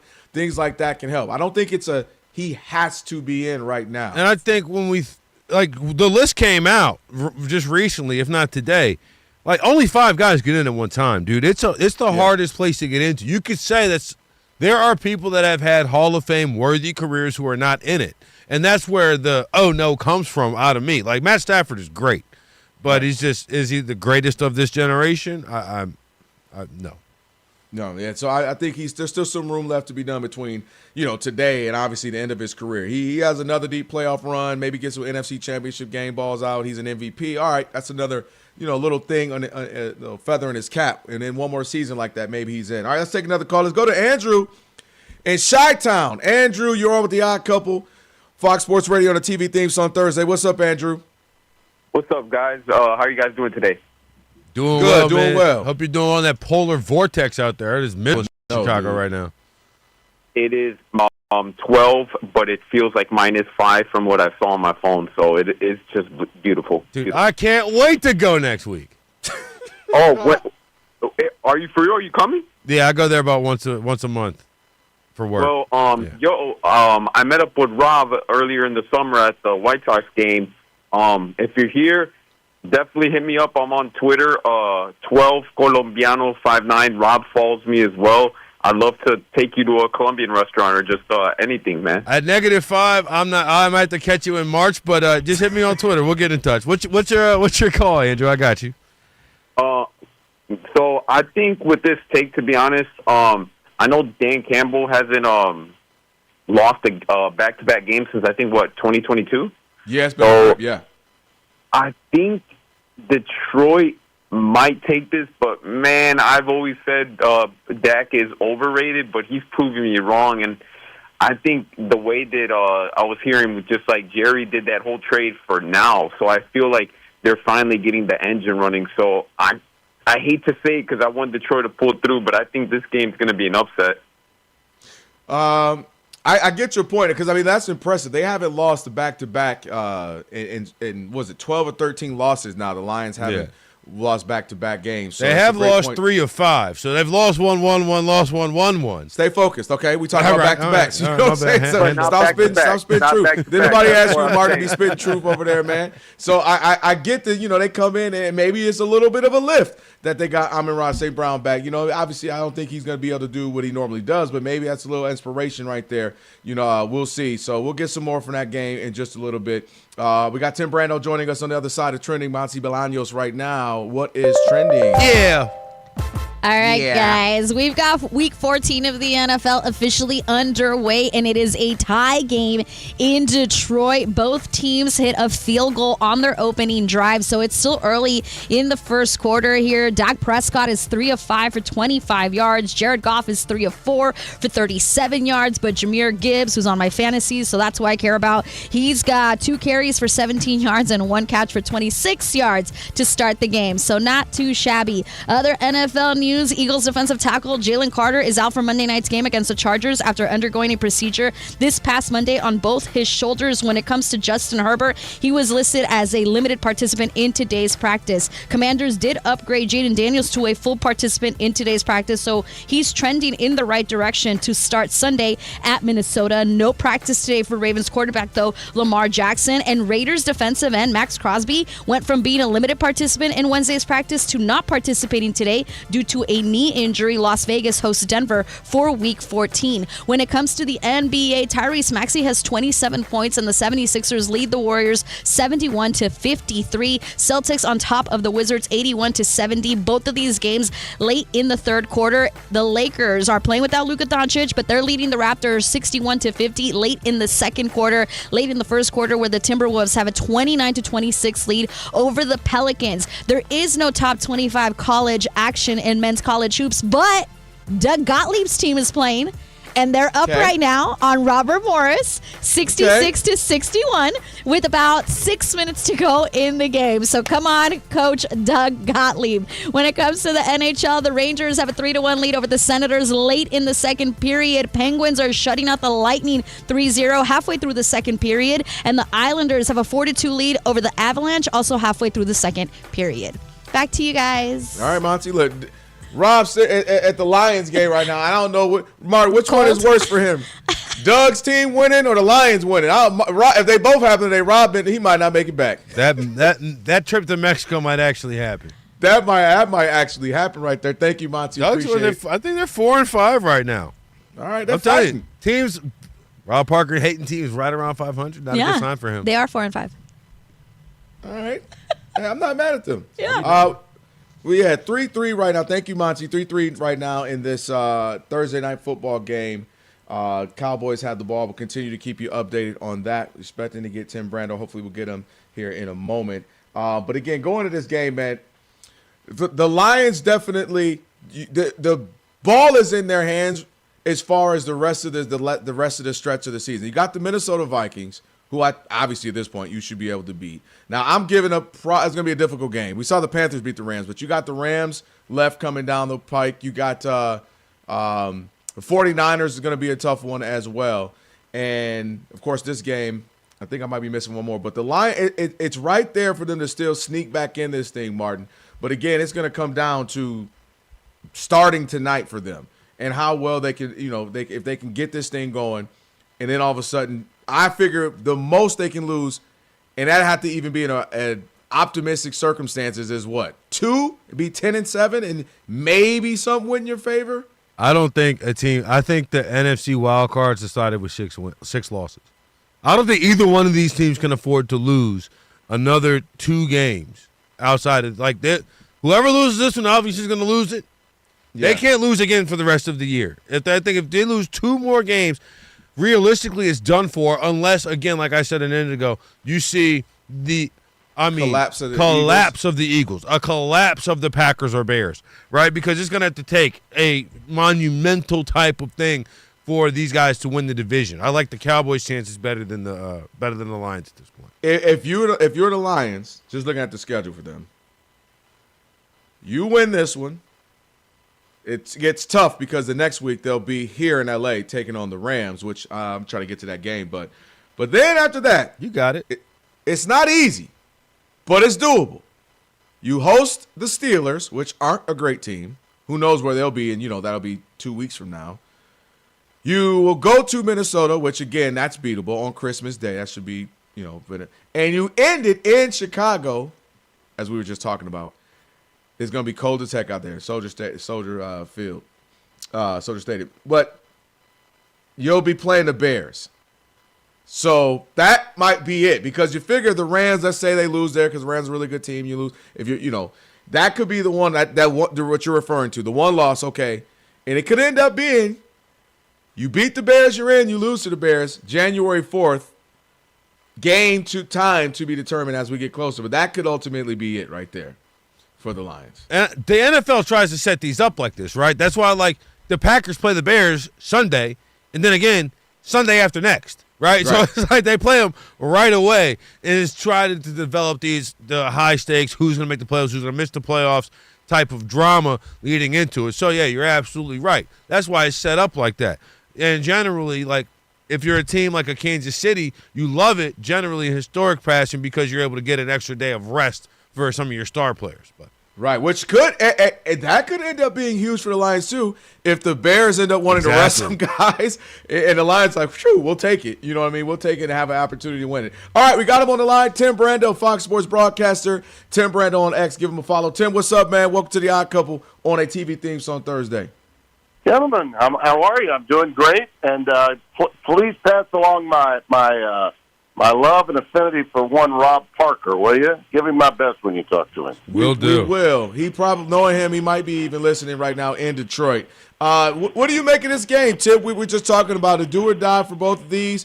Do you think either of these teams can afford to lose? We were saying another game after this one. Is it a 2 losses for if you're the Lions sitting at 7-5, or is this you only get 1 loss the rest of this stretch for them?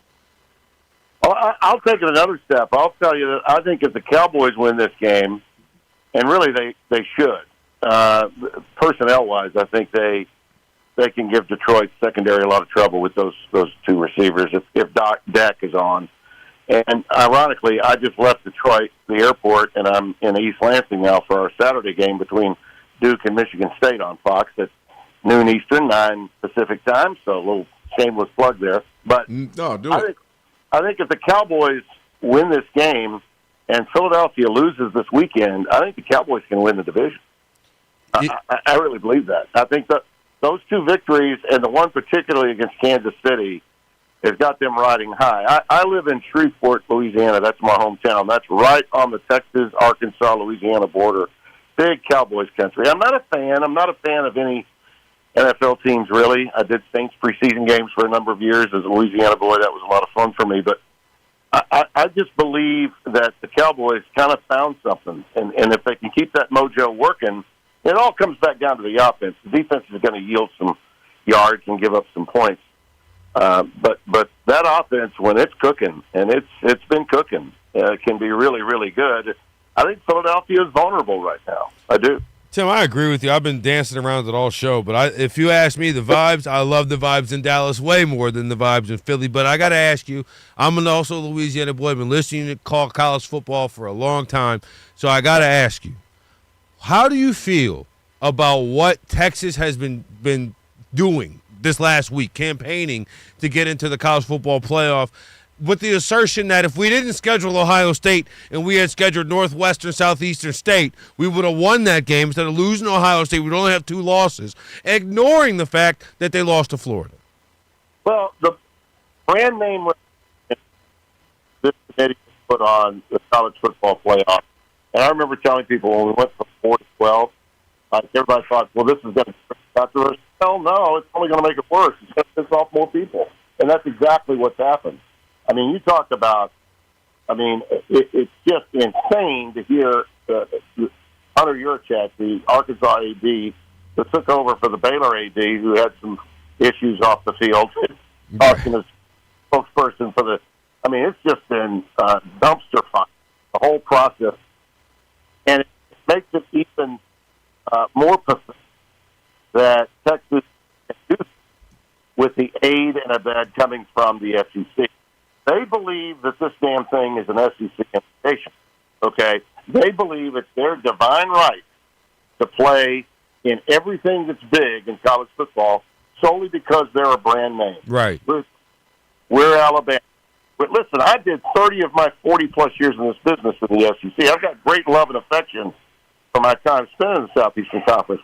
But what's transpiring here and the level of brand bias and SEC in particular bias being recognized by this committee in lieu of what Commissioner Greg Sankey did all of last year after the SMU debacle took place and they got in and Alabama didn't. They've now decided that not only should the SEC get 3 teams, they should get 5 teams in, maybe 6, okay? So it's out of control. It's ridiculous. Out of control. When you see teams like Texas Tech and BYU playing for the Big 12 title game this weekend, all right, when you see that game and you recognize that if BYU loses that game, they got no shot. No shot. They would only have 2 losses, and it would be to Texas Tech, who, in my opinion, is not only better than Texas, they're better than Texas A&M. They lost 1 game with a hurt quarterback at Arizona State. The Big 12 and it has just been, as competitive as that league is, it is just shoved aside because of the SEC bias. It's the Big 12's marginalized like the Pac-12 was before it. I don't know what they're looking for besides the AFC and NFC in college football, and it's ridiculous. No, that's where we're headed, man. I've never seen that many reasonably intelligent men look so stupid as they look every Tuesday night with that CFP show. Tim, stay here for us. Tim Brandon on with us, Fox broadcaster on the Odd Couple. Kelvin Washington, Martin, and for Rob. Let me just stay here with college football for a little bit. How much longer? I mean, do you see a day where we talk about this all the time on our show, where it's just going to be 20, 25 teams in the Big 10, 20, 25 in the SEC, and they essentially say, screw you, NCAA, we're going to do it our own way, start our own big thing. I mean, is that feasible? I mean, we're already paying players. We already got NIL. We're already doing this. We got transfers, like essentially NFL light, if you will, where it's got its own thing. Everything's on the table, fellas. Everything's on the table, but the problem is the people that are governing these conferences. And again, these are reasonably intelligent people, many of whom I have great respect for. I worked for Tony Petitti for 9 years at CBS. He's not very well liked by the media because he's not as accessible to them as Sankey is.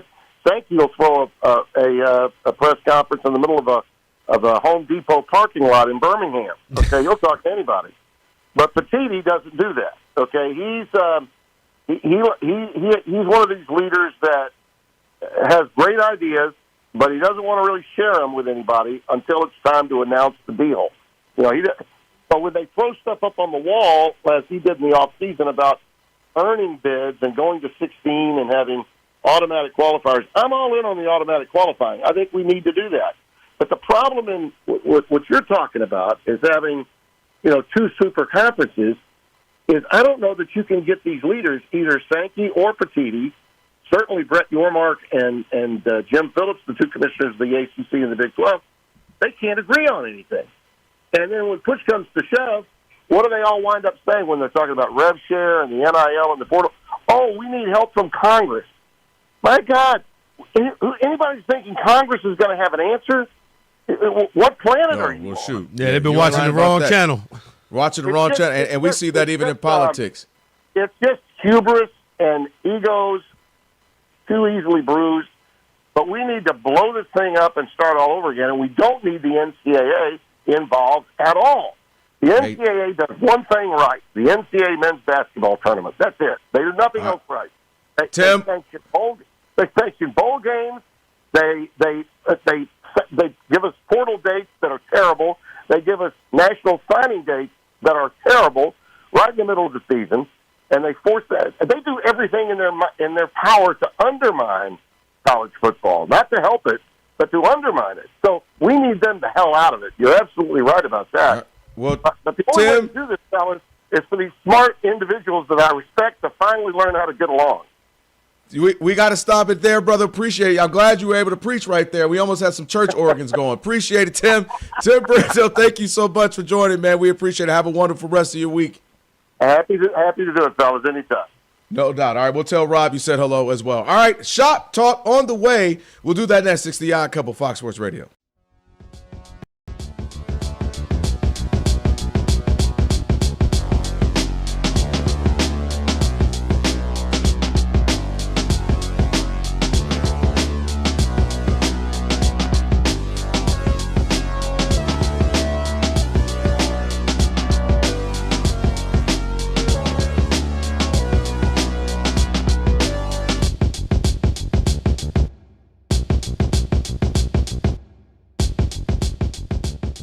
Speaking of Detroit, Matthew Stafford has been balling all year. Set a record most touchdowns without an interception. I told you. And then the next pass or two, it was almost like he wanted to get the record, Roger. Like, let me get this record. Okay, now it's whatever. I'm just throwing up alley-oops to the other team. No, Matthew Stafford returned as soon as you guys crowned him. Oh, he's going to win the MVP. Oh, he's going to the Hall of Fame. All this other stuff. The Matthew Stafford that I watched and most of his career showed up. This is why as soon as you get in the biggest game. I'm like, come on, beat the Panthers, right? Panthers are solid, though. No, but come on. With the turnovers, you can't throw 2 picks and then fumble or strip sack, right? With 2.5 minutes to go. That was ball game. That was ball game to beat them. Even with not playing that well, they still could have got a win there. You know, it makes a big difference. That was a bad loss. And all I'm saying is stop crowning people too early. That's all. I'm not shocked. Stafford is not that good to only have 2 interceptions. He's not that good. I knew that there would be more, and there'll be more to come before the end of the season. But that was a big one. That took a little shine off of Matthew Stafford. It really didn't, though, Rob. Yes, it did. No, it didn't. Three turnovers like in that Kanye game? said, I'm going to let you finish. But no, it didn't. It did not. Yes, the did. man. He's not the favorite anymore, am I right? Well, he's still Rob a favorite. G, what? He is still the favorite. When I tell you something, just agree with me. Rob Parker, Just why agree. would he all of a sudden not be the favorite? The man has 32 touchdowns. You mentioned those couple of interceptions. What has him at 4 now? 4 interceptions, I believe it is. I mean, that is your guy Aaron Rodgers' number. 32 touchdowns when he was in his prime. No. 32 touchdowns, 4 interceptions. The difference is I want to hear what is the difference. That's just one of what's going to be a couple of losses. It'll be a shoddy finish, and that'll do him. And he played so well in the beginning. It's how you finish. We talk about it all the time. When Brock Purdy had that great year, and then finish it up, then finish the job. But wait, why is he gonna? Did you first of all? Because I know we like Brock Purdy. No, I know Matthew Stafford. He I've watched Matthew his whole career. Stafford, Matthew I've Stafford, watched his and Brock career. Purdy. No, especially the Rams. Brock Purdy. I'm talking about finishing the job. So you were ready to crown. And I you were still ready to crown him. Give me a Burger King crown right now so I can give it to him. Come on, how many times you got to be wrong before listen, you realize that I'm right? So how far would it That's have what I to wanna be? know. Do you get the lead he has right now? Like Drake May is obviously right there. There's a couple of people, but you think there's a shoot? It doesn't work like that because people start looking and they go, "Hey, in the last 4 games, he has 8 interceptions now." Well, he kind of petered out, didn't finish as strong, and then somebody Matthew comes Stafford along. were to fail, let's say he ends up, let's say he loses. They play tonight. Let's say Drake May just continues on the pace that's historic for this young of an age, and he balls out and they win.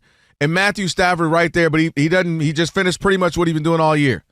How is that taking the shine off? No, like he's been balling out of control. His team's balling out of control. That was a terrible loss. That was a bad loss. And he got people's attention. So what you want him to go? 16, 17, and 0 now? Just like I told you when you were ready, you were all about Danny Dimes. Oh, yeah, he's in the MVP conversation. Oh, who else did you pick? You picked somebody else. Rob. No. You did. You did. Rob, is he the same? No. This is the point. No. I'm trying to get the point. No, he doesn't. They're teetering right now. What happened? Rob, When Same we thing. have the conversation of who's in the MVP race, we can't say no to everybody. No. The point is to say who's in the. If we talk about the NBA right now, man, who looks good? No. You got Luka. You can't. I can't go Luka and you go no. Somebody can't say. I can give you what I gave you. Jokic, and then you say no. What I gave you was it wasn't happening. That it was a mirage. That's what I was trying to tell you. It was a mirage. What want to tell me who? Speaking of Raj, all right, Evelyn, can I say this? The Rams were favored by 9.5 points. It was the second largest upset in the NFL. You remember this season. you stopped our whole show to do a whole segment about how Aaron Rodgers was your MVP? I don't remember that show. Oh, the same Aaron Rodgers who walked out on the field after getting a broken nose, and everybody said, "Boo!"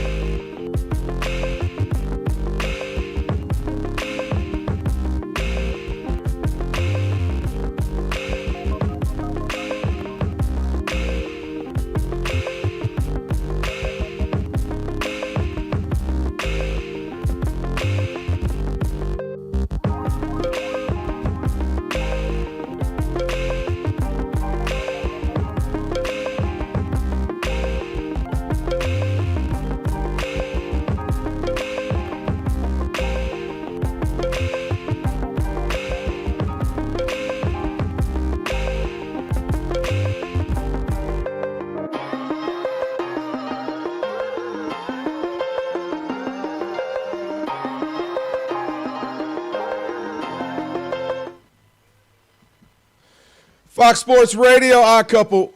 Thanks to Tim Brando, joined the show moments ago. Kelvin Washington, my man Martin Weiss, and for Rob, who is in Detroit. Got a good game going on right there. So, Martin, I'm a little behind. I'm trying to watch it on that touchdown score. It counted? No. So, Jameson Williams stepped out of bounds before scoring a touchdown. Jameer Gibbs then ran it in for a touchdown. Oh, gotcha. You caught some fire from our Saturday show, Martin Weiss and Mazzi Bolaños, 8 to 11 p.m. Eastern. We have arguments about the rules. She doesn't think they should count sometimes. That's okay. All right. Well, all right. Because I'm sitting there. I was like, wait a minute. I just sat down, got it all going here. I see the touchdown. So we'll get to that. We were going to do shop talk, but we're running so short on time. So we won't worry about it. Maybe we can squeeze in a little bit later on in the show. Running a little behind with Tim Brando there. But again, if you missed any of today's show, all you got to do is catch the podcast. Just search Odds Couple wherever you get your podcast. Right after the show, today's pod is going to be posted. Bree will have it up. Be sure to follow the pod, by the way. And when you're there, rate it 5 stars. You can also, of course, provide a review, which is basically saying you love what we do here on The Odd Couple. We appreciate it. Again, search The Odd Couple wherever you get your podcast. You're going to find today's full version of it, best of version right after the end of the show as well. So go search The Odd Couple, share it, like it, all that good stuff. Again, we appreciate it. So we'll continue to keep you updated on this Thursday night football game as well. Plus, we got to talk about Giannis and the Bucks. Doc Rivers has something to say about it. What did he say? We'll tell you next. It's The Odd Couple, Fox Sports Radio. We are Fox Sports.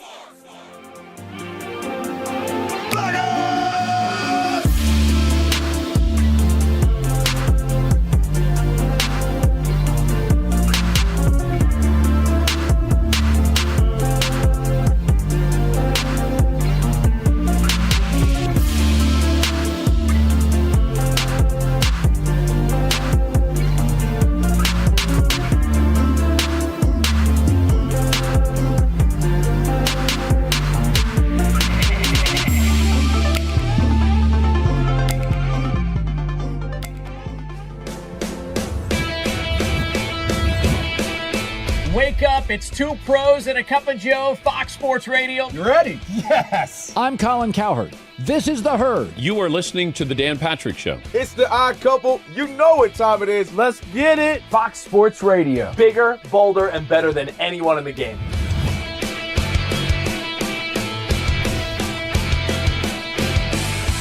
Fox Sports Radio is the #1 sports audio network. Diverse, fun, entertaining, and driven by the big sports topics of the day. They had to bolster the offensive line, which they did. You finally said something right. Congratulations. That game was incredible. You are wrong. You could take that trash somewhere else. Wham!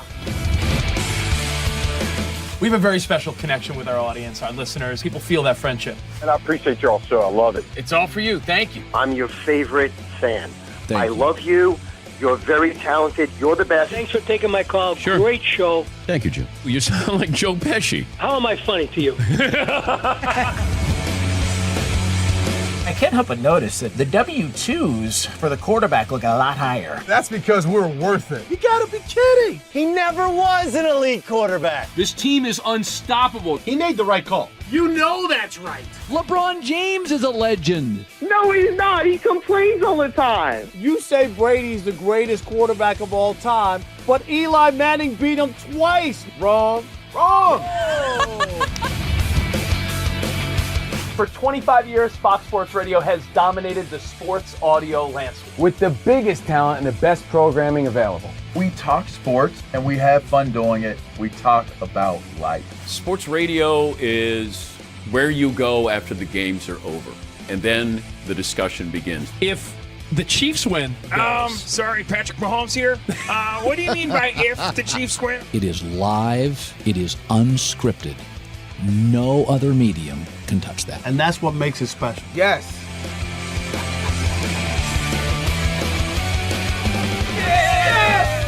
Who wants some? Bigger, bolder, better. We are Fox Sports Radio. Yeah.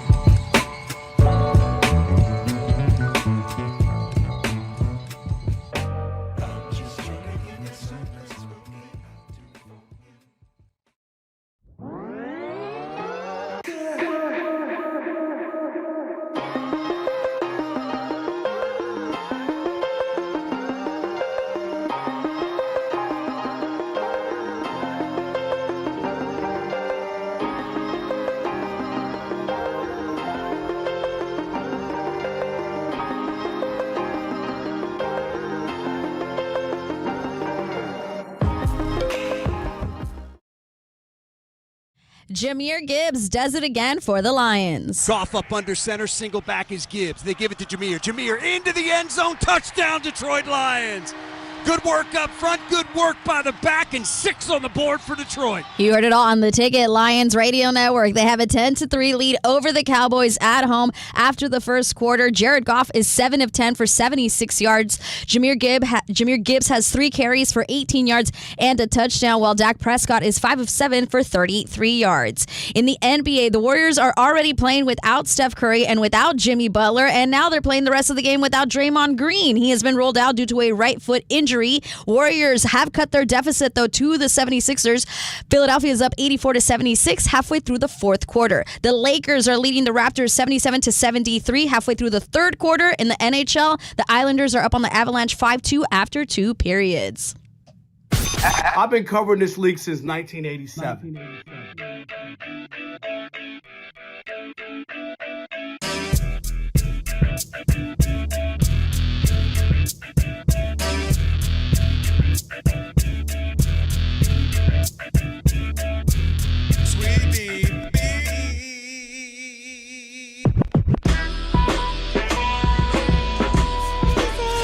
Can this sports writer and this sports fan share a radio show without driving each other crazy? Now, live from the Fox Sports Radio studios, here's Fox Sports Radio's Odd Couple, Rob Parker and Kelvin Washington. One more time for you boys. This is, of course, hour number 3 of the Odd Couple on a TV theme song Thursday. Thank you to Tim Brando joining us earlier. And we still got a lot in store for you this hour as well. We got, of course, Thursday Night Football. We'll keep you updated on as well. We got to talk a little bit about the Ravens. We'll do that in some time. Then we got Last Call as well at the end of the hour. So a whole lot left. And with iHeartRadio app, you can stream us wherever you happen to be. Catch us in all your favorite Fox Sports Radio shows live 24/7 and the new and improved iHeartRadio app. Just search Fox Sports Radio in the app to stream us live all day, every day. And be sure to select Fox Sports Radio as one of your presets in the iHeart app. It'll always pop up at the top of your screen. It'll be right there. So no matter what you do, make it easy to find, just like the presets in your car, the old school way. So check us out on the iHeartRadio app as well. You know, Kelvin, I had a terrifying moment with the iHeart app the other day. Okay, I'm concerned. Horrifying. Because it says, make it your favorite, set it your preset, all that. I've never changed the channel on the iHeart app, right? So I just open the app and boom, whoever's on Fox Sports Radio is what I hear. Dude, I think my wife got my phone or something. And all of a sudden, it was playing like this Sex in the City thing. I thought it was a commercial. So I thought it was a commercial because it's like, I turned it on. It's 45 after they're in the middle of break. Nah, 5 minutes later, it's still Sex in the City. I'm driving. I look down on my phone. I see Charlotte from Sex in the City. I said, what the hell is this? What happened to the station? Wait, hold on. Wait. Bree, you think Martin think he's slick. You know names. You know names of the characters. Don't act like you won't be watching Sex in the City out here in these streets. First of all, you know the name. Because you're a man below 50 and over 30. You also know the names of the characters in Sex in the City. I know not what you speak of. Yeah, right. The bigger question is, did you turn or did you keep rocking with it? Like, you know what? It is kind of good. Let me just see what happens here. Oh, there's no chance. I was looking for Ben Maller. I was like, no. I gotta hear the story from the losing locker room today. That's what I had to go get to Ben Maller. All right, I'm just making sure, man. Still 10-3 in this Thursday night football game here. Dallas is moving, but Lions up 10-3 in this one. Playing some pretty good defense considering the Cowboys now right there inside the red zone. But this should be a good one. I have a feeling this is going to go down the wire. They have the Lions were favored at 3.5, but as you mentioned, a lot of momentum in favor of the Cowboys and a lot of people feeling the Cowboys' trajectory right now. I think Amon-Ra St. Brown, maybe, like I said earlier, might be a motivational push for the Lions to push through and to keep that streak alive. Never losing 2 in a row. I know you said 3 and 5. Don't worry about that. It's never been back to back. We don't worry about details. No, I don't worry about being smart with details. Let's get to this one. We talked about it yesterday. The reports that Giannis is ready to have some real conversations about the future of the team and also maybe moving on. Then you get Doc Rivers, who said, hey, I haven't heard about a trade. Giannis is here. Obviously, we know the strained calf muscle last night could put him out 2 to 4 weeks, which is terrible timing, right? The story drops, everybody's talking about it, then boom, that night you get injured for 2 to 4 weeks. A lot of people were like, is he really injured or are they shelving him, to make sure he's all right so they could trade him? But my point then, yesterday, Martin, was essentially we don't have to, as fans of games, teams, leagues, sports, everything doesn't have to be, you mentioned Kobe, the late, great Kobe Bryant. Everything doesn't always have to be, I was there my whole career.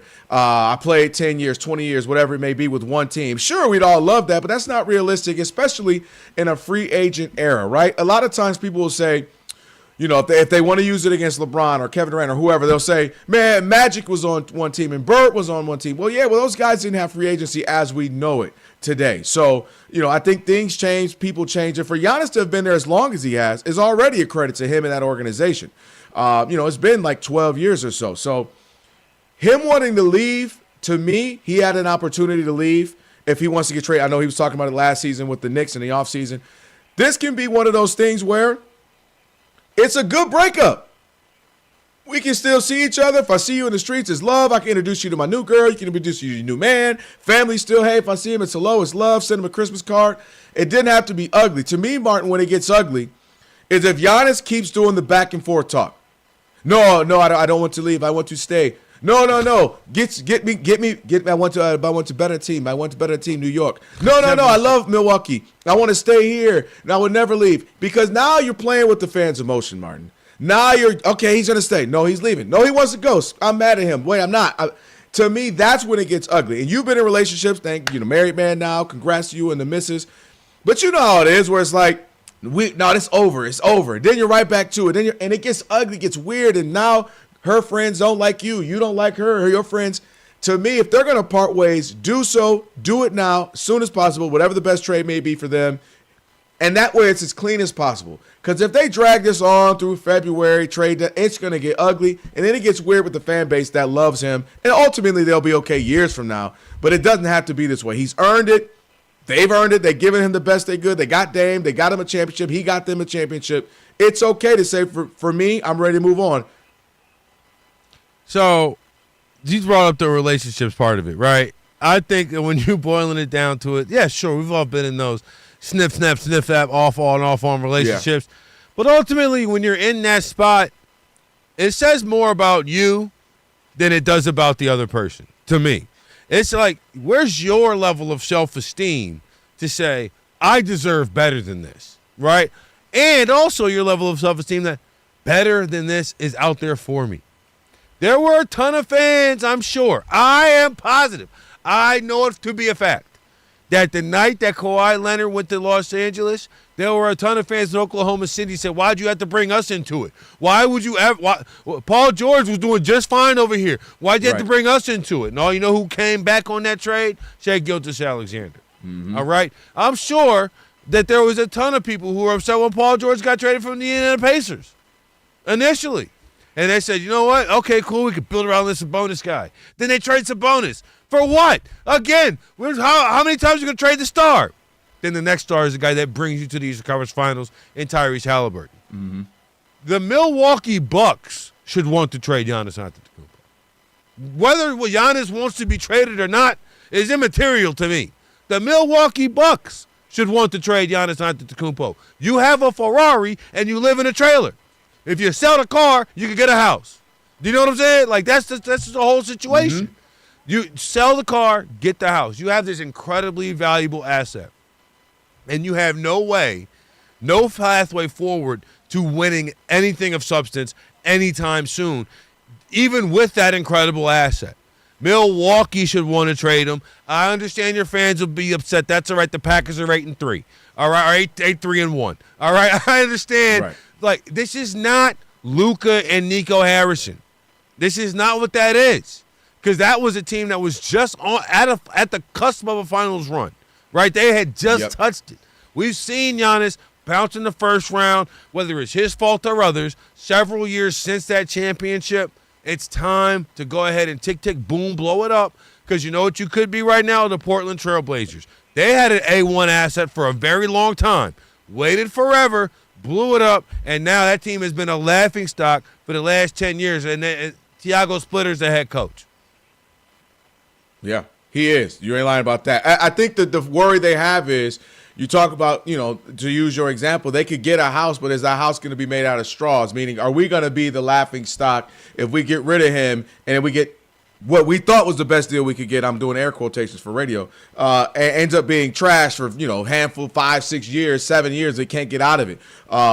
You brought up the Clippers. You look at the Clippers, on paper, it looked great, right? With Kawhi, and it's been good in that you've had a bunch of good regular seasons. But ultimately, it's gotten you nothing. And I think maybe there's some concern with that. But I'm with you in that it's okay to part ways. It's been a very long time with him. You've won a championship. He's made a star of himself. You all helped make him a star. He's been one of the faces of the league, 2-time MVP.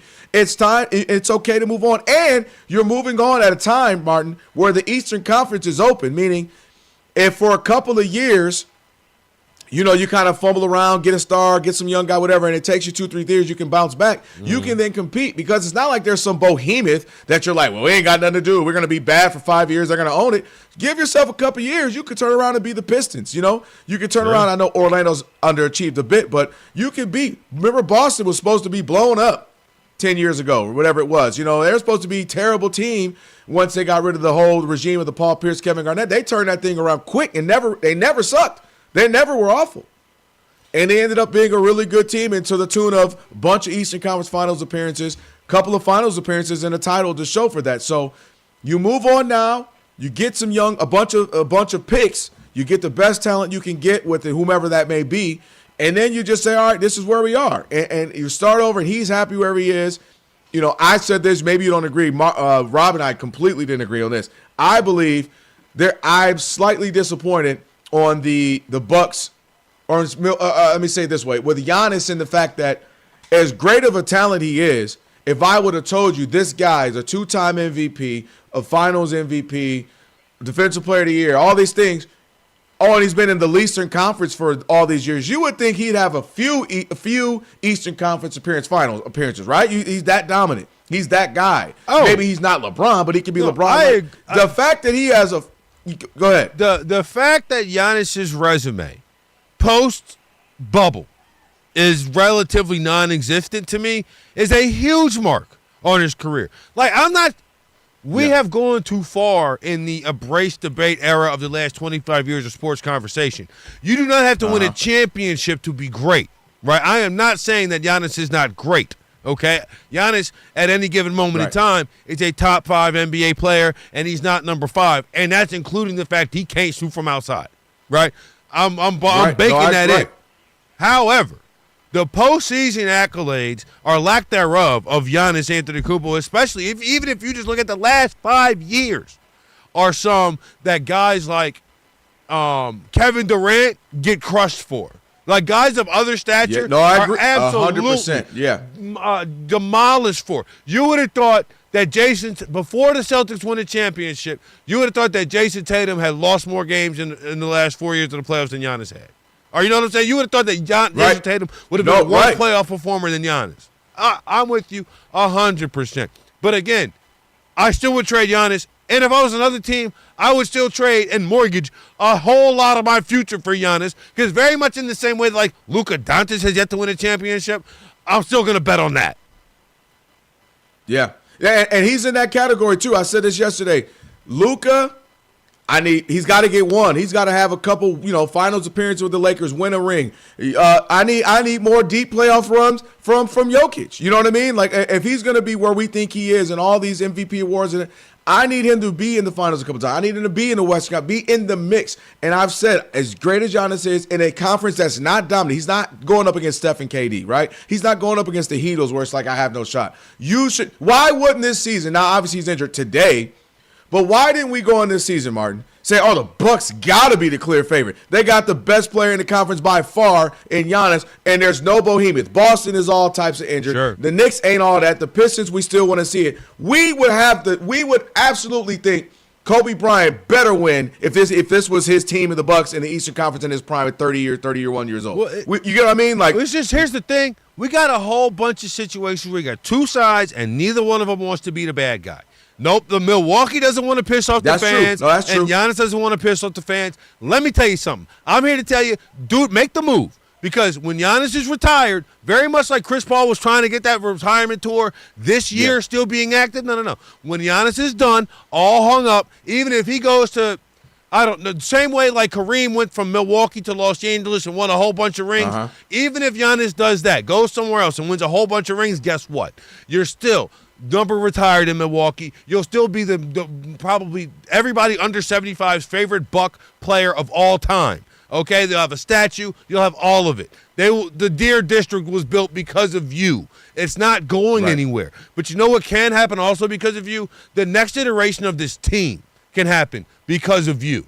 Like OKC, they have 2 generations, and you know what? I think when Russell Westbrook comes back, people clap for him. They're gonna absolutely love him, still be adored. And like I said, rip the Band-Aid off. Go ahead, rip. It's gonna hurt. It's not gonna feel good. Either way, because you're so entrenched with each other, you're so intertwined. That's all he's known as them. All they've known is having him as their superstar the last 10 years plus. And so it's going to hurt. Rip the Band-Aid off. Move on. Part ways as clean as possible. Neither side owes either side anything. They picked him up 15th out of nowhere, gave him a shot. He rewarded them with the championship. Everybody should be good here. 1,000%. We're on the same page with that. All right, 877-99 on Fox. Where are you with Giannis? You say, hey, stick around. Are you disappointed he wants to possibly leave because you want to see him stay and kind of do the old Magic and Bird and Kobe stay with one team? Or do you think it's time to part ways? 877-99 on Fox. We'll hear from you. It's the Odd Couple. Martin's in for Rob on a TV theme song Thursday, Fox Sports Radio.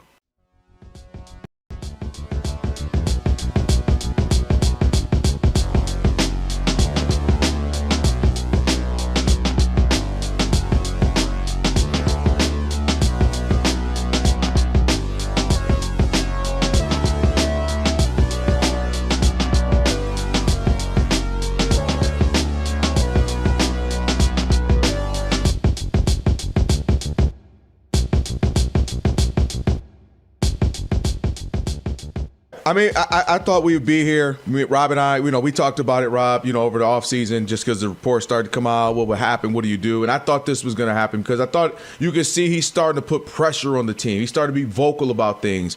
And to something you always bring up, he kind of felt like he wasn't that guy. He kind of felt like, he was one of those guys who kind of just going to ride this thing out. But over the last 2-3 years, he's been louder. Right? He's been a little grumpier. He's been a little bit more, what are we doing? Where are we going? Which he's earned that right, too, by the way. Last year they had a chance to do that, and he didn't. And he said he didn't ask for a trade. But he's been vocal about them. He's been vocal about where are we going? What's the direction? I want to win multiple. This isn't good enough. You mean when he asked for Damian Lillard? Like when he asked for and they traded away everything for Damian Lillard? Yeah, so I'm saying he's become. I don't understand this at all to me. I just don't. Understand from the what? standpoint of, I don't understand. Like they've made moves. They've done everything you could ask him to do. I'm with you. So it's Milwaukee. It's Milwaukee. That's what I'm saying. He left to go to Miami 5 years ago. He didn't want to go. But I'm saying to your point, one of the things that we've said, and I think most people would agree, is the Eastern Conference. It's been 20-25 years, however long, of the Eastern Conference being the least between that and the lesser conference between the two. And to me, as good as Giannis is, 2-time MVP, Defensive Player of the Year, Rookie of the Year, All NBA a million times. I mean, he's been that guy. He is first ballot Hall of Fame. When I look back, and we talked about this a bit before, Rob, I will say, especially post-championship, it has been strange for me and a bit disappointing to me that Giannis hasn't gotten back and just dominated the East. I'm not saying he had to win 3, 4, 5 rings. That's very difficult. And his team, he doesn't have the Warriors with KD and stuff. But the idea that he doesn't make it back, the idea that he's not regularly in the Eastern Conference Finals or regularly have been to the finals multiple times has been a little underwhelming for how good, how great, how talented he is. I expected once there are no other talented teams in the East. There are no injuries. There's not really a bunch. As good as he is, there's not. That's literally why we call it the least. There's 1 or 2, but you can't tell me. Miami's been to the finals a couple times. It doesn't matter. Exactly. And nothing about those Miami Indiana teams. made a run. It's not. And not a single team you name made me look at Giannis where we think he is. He should not look at that as, well, I can't get past So them. how come LeBron didn't go to the finals every year in the West when he showed up in LA? In the East? I mean, there were years they didn't even make the playoffs. No, I'm asking you. Right, we're talking about the East. That's why I brought it up, because it's the easier conference. I don't specifically think is my point, though, Rob, I don't think it's that as he easy hasn't as you make it dominated out the to East. be. I don't think that Giannis should be in the finals every year. I think that's a pipe dream. I just don't believe that Giannis how about with the Chris Eastern Conference Middleton Finals? and the other players are there. But I still don't think he has to go to finals every year. What I'm saying is there's no way, Rob, that he is 30, 31 years old, putting up these numbers, still in his prime. And his team is, what are they, 9-13 or something. And the fact that he's had 3 first-round exits, he's gotten past the semis, that is underwhelming for this guy and how great he is. If I just blindly told you this guy's resume and that he's 30, 31 years old, still in his athletic I would tell prime, you blindly that he won a championship in Milwaukee, Wisconsin. That hadn't won a championship since Kareem Abdul-Jabbar was Lou Alcindor. I mean, Wait, so what do we stop? Do we just stop? No, that doesn't mean you stop, but it tells you going. something. But your idea, I just think you have an unrealistic idea. I'm going to be honest, that you think everybody, you have to go to the finals or the championship every year, or the idea that Giannis can't get beat, or he hasn't played. There was a time when they lost to Miami where he didn't play as well as he had played and missed free throws or whatever. He won a championship there. I don't know what you expect. I'm blown away. I don't even know who you are Giannis right now. to win 4 championships. You're throwing crazy bail. You throwing some bail that I ain't never seen. You a bail bondsman right now.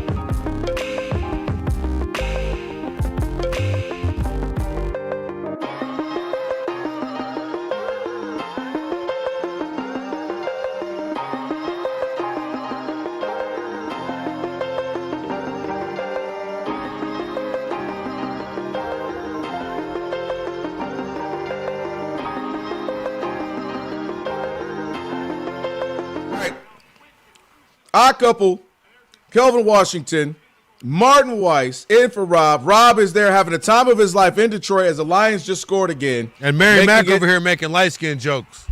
Come on, Miss Mary Mack. We fought too hard as a people. We With the Simpsons. I listen to this show. You don't play the Simpsons with Rob. It was Rob and Kelvin. I just never got a chance to. Uh-huh. Wait, so are you trying to say she said you look like a Simpson? Listen. I'm not going to lie. That's all kind I'm of saying funny. is, all I'm saying is, Wasn't no playing of The Simpsons before the show was on YouTube. He's just mad because I told him he looked really pale last week. Oh, that's just it. Wasn't no Simpsons playing before the show was on YouTube. Well, that's because the only thing we could play was anything from 1980 and below with Rob Martin. You know that. That's the reason why. The Simpsons don't But by the way, are The Simpsons still on? Yeah. Mike, like all jokes aside, I don't see commercials anywhere. Like, are people watching it? Like, they're on Hulu now. Oh, so it's like kind of like partnered with Hulu. I'm pretty sure it still comes on Fox. It is still on Fox too. My gosh, this has been like 35, 6, 7, 40 years or something crazy. My goodness, man. It's the Odd Couple again, Kelvin and Martin on a TV theme song Thursday. Check out the YouTube. Martin just mentioned it. We are simulcasting YouTube. Check it out. As always, we appreciate it. If you go there, just search Odd Couple FSR. Hit subscribe, like, share, thumbs up, the whole 9. And we'll read some comments. By the way, Martin, I got to give you something, man. It's crazy early. But you might be a prophet when you said in 4 quarters, Dak Prescott MVP might be gone. I mean, the way the Lions defense is getting after him right now, and they're down, so they're going to have to start forcing it. And you know what happens when you start forcing it. Things happen, turnovers. Like this could be not necessarily a horrible game for him, but let's say he throws for 250. But he ends up with an interception, sacked 4 times, and a fumble. You know, where it's just like, ugh, and the Lions just look good. That's how we move on. Because remember, Patrick Mahomes was it, right? Then we kind of moved on. And now, it's Drake. No, it's Matthew Stafford. So you're right. If we can mess around and have where Dak Prescott, the campaign, if it's like a presidential campaign, is over now. Like, it could happen. Yeah. All right.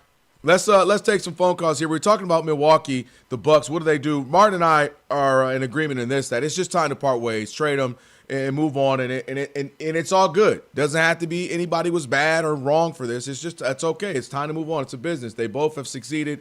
They both won together. It's time to move on. 877-99 on Fox. We asked if you want to jump in. We got some calls. Let's go to radio. What's up, Kurt? Kelvin and Martin, thank you very much. This is the best show on radio.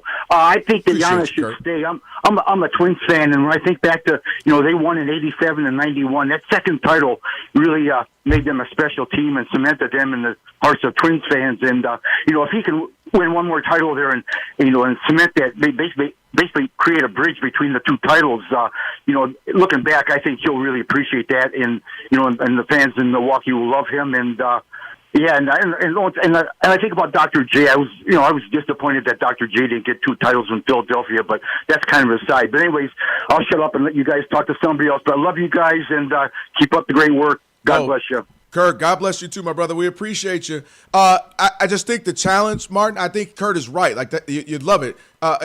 But the issue I have is Giannis, unfortunately, hasn't shown me that if he's simply the guy, like you are by far the guy, and the team's good around you, or the team's really good around you, or it's mid around you, that he can get us there. And that's what I mentioned before the break, that I'm blown away that if I told you a 30-year-old in his prime, a specimen, 30-plus a game, 12, 13 rebounds a game, all this stats, 60+% field goal percentage, former defensive player, he can't get to the Eastern Conference regularly? Not even the finals, regularly. That is disturbing to me when there's no real op in his way. There's no real opposition in his way. He's not looking at 08 Boston, and you're like, well, what is he supposed to do with that? He's not looking at the 04 Pistons where he's like, oh, where else? LeBron and the Heatles or something like that. LeBron ain't even there because you remember the LeBron-to Raptors where, man, if LeBron wasn't there, we could get to the finals. Like, that was a real thing. He doesn't have that in his way. So to be out in the first round regularly, I gave you Dame Lillard. I gave you Chris Middleton and Brook Lopez and Bobby Portis, all these things, and a good defense and Drew Holiday. And all I got is an Eastern Conference final appearance, which ultimately led to the title. That's a bit disappointing and underwhelming to me. No, I'm right with you. I agree with you 100%. And actually, if you want to take one more call, I think we can take a call. Let's take Tim in Atlanta because I'd like to see this deal happen. Give me Giannis for Trae Young. All right, Chili in Atlanta. What's up, Tim, man? You're on with the Odd Couple. What's up, brother? What's up, Calvin? What up, Martin? What's up, man? I like to ask, why is Milwaukee acting like, they used to eat filet mignon or something? I mean, ask the Utah Jazz or the Brooklyn Nets or the Portland Trail Blazers who would love to have one championship. Get your behind off your shoulders, man. You got one. You probably, you got lucky with that one because you were down to the Suns. I don't know how you lost it down 2-0, but you got one. Be happy. You acting like you one of the blue bloods out here. You know, you expect to win a championship every year. So what's this Giannis trade, actually General won- Manager Chili Tim? What's this trade you want to see? I would trade him. Yeah, I mean, I'd trade him somewhere with a team that because you need to get plenty of assets to build because it's hard to get players to come to Milwaukee to start with. So this may be the only way you ever really get a chance to really get a good group of players. So I'm trying to think. Young talent, I'd look for somebody like, that's maybe like, I look to the Mavericks maybe. Because they got What's the deal with, since I'm real quick, Chili, we're running up on time. Real quick, Martin's Point, you're down there in Atlanta. What's up with Trae Young? 5 years ago, whatever it was, he was a hero. He's bowing in New York 3-4 years ago. Everybody loved him. It's great. And then all of a sudden, it's changed. So what's up with Trae Young? And is that a guy that Atlanta wants to move on from? Just the feel down there in Atlanta since you're there. Yeah, they just feel like he's not the guy. Like, small guys like him, I mean, it's kind of hard. To try and carry a team, and I just think they feel like after a couple of years they look at him as like he just didn't have his shoulders aren't broad enough to take them where they need to go. Yeah. And then he's hurt a lot too. He's injured a lot, and I just think they just figure like he may be a second piece, but he's not a main. He's not a guy that can lead it. He can be an added piece to it, but he can't lead it. I think the people here realize that now. They feel like hey, he's just not gonna cut it. No doubt. All right, man. Chili Tim, man. Appreciate it, brother. Have a great rest of the week. All right. Appreciate all the calls. Maybe we'll try to squeeze a couple in on the other side of Trinity. Let's go to Monty Bolaños now. Monty, got a good game going on if you're a Lions fan. Or if you're I'm not even watching that right now. I'm not even watching right now. Out of the update room and stormed back in. Are the Clippers playing or something? What are you doing? The Warriors right now are down 24 points. They took the lead against the 76ers. They lost Draymond Green to a foot injury. No Steph Curry, no Jimmy Butler. Came back, and the last 10 seconds have taken 7 minutes. I'm not even kind of kidding you guys. Sounds like the NBA. Sounds like the NBA, and the 76ers just won it. Like it. Oh, my goodness.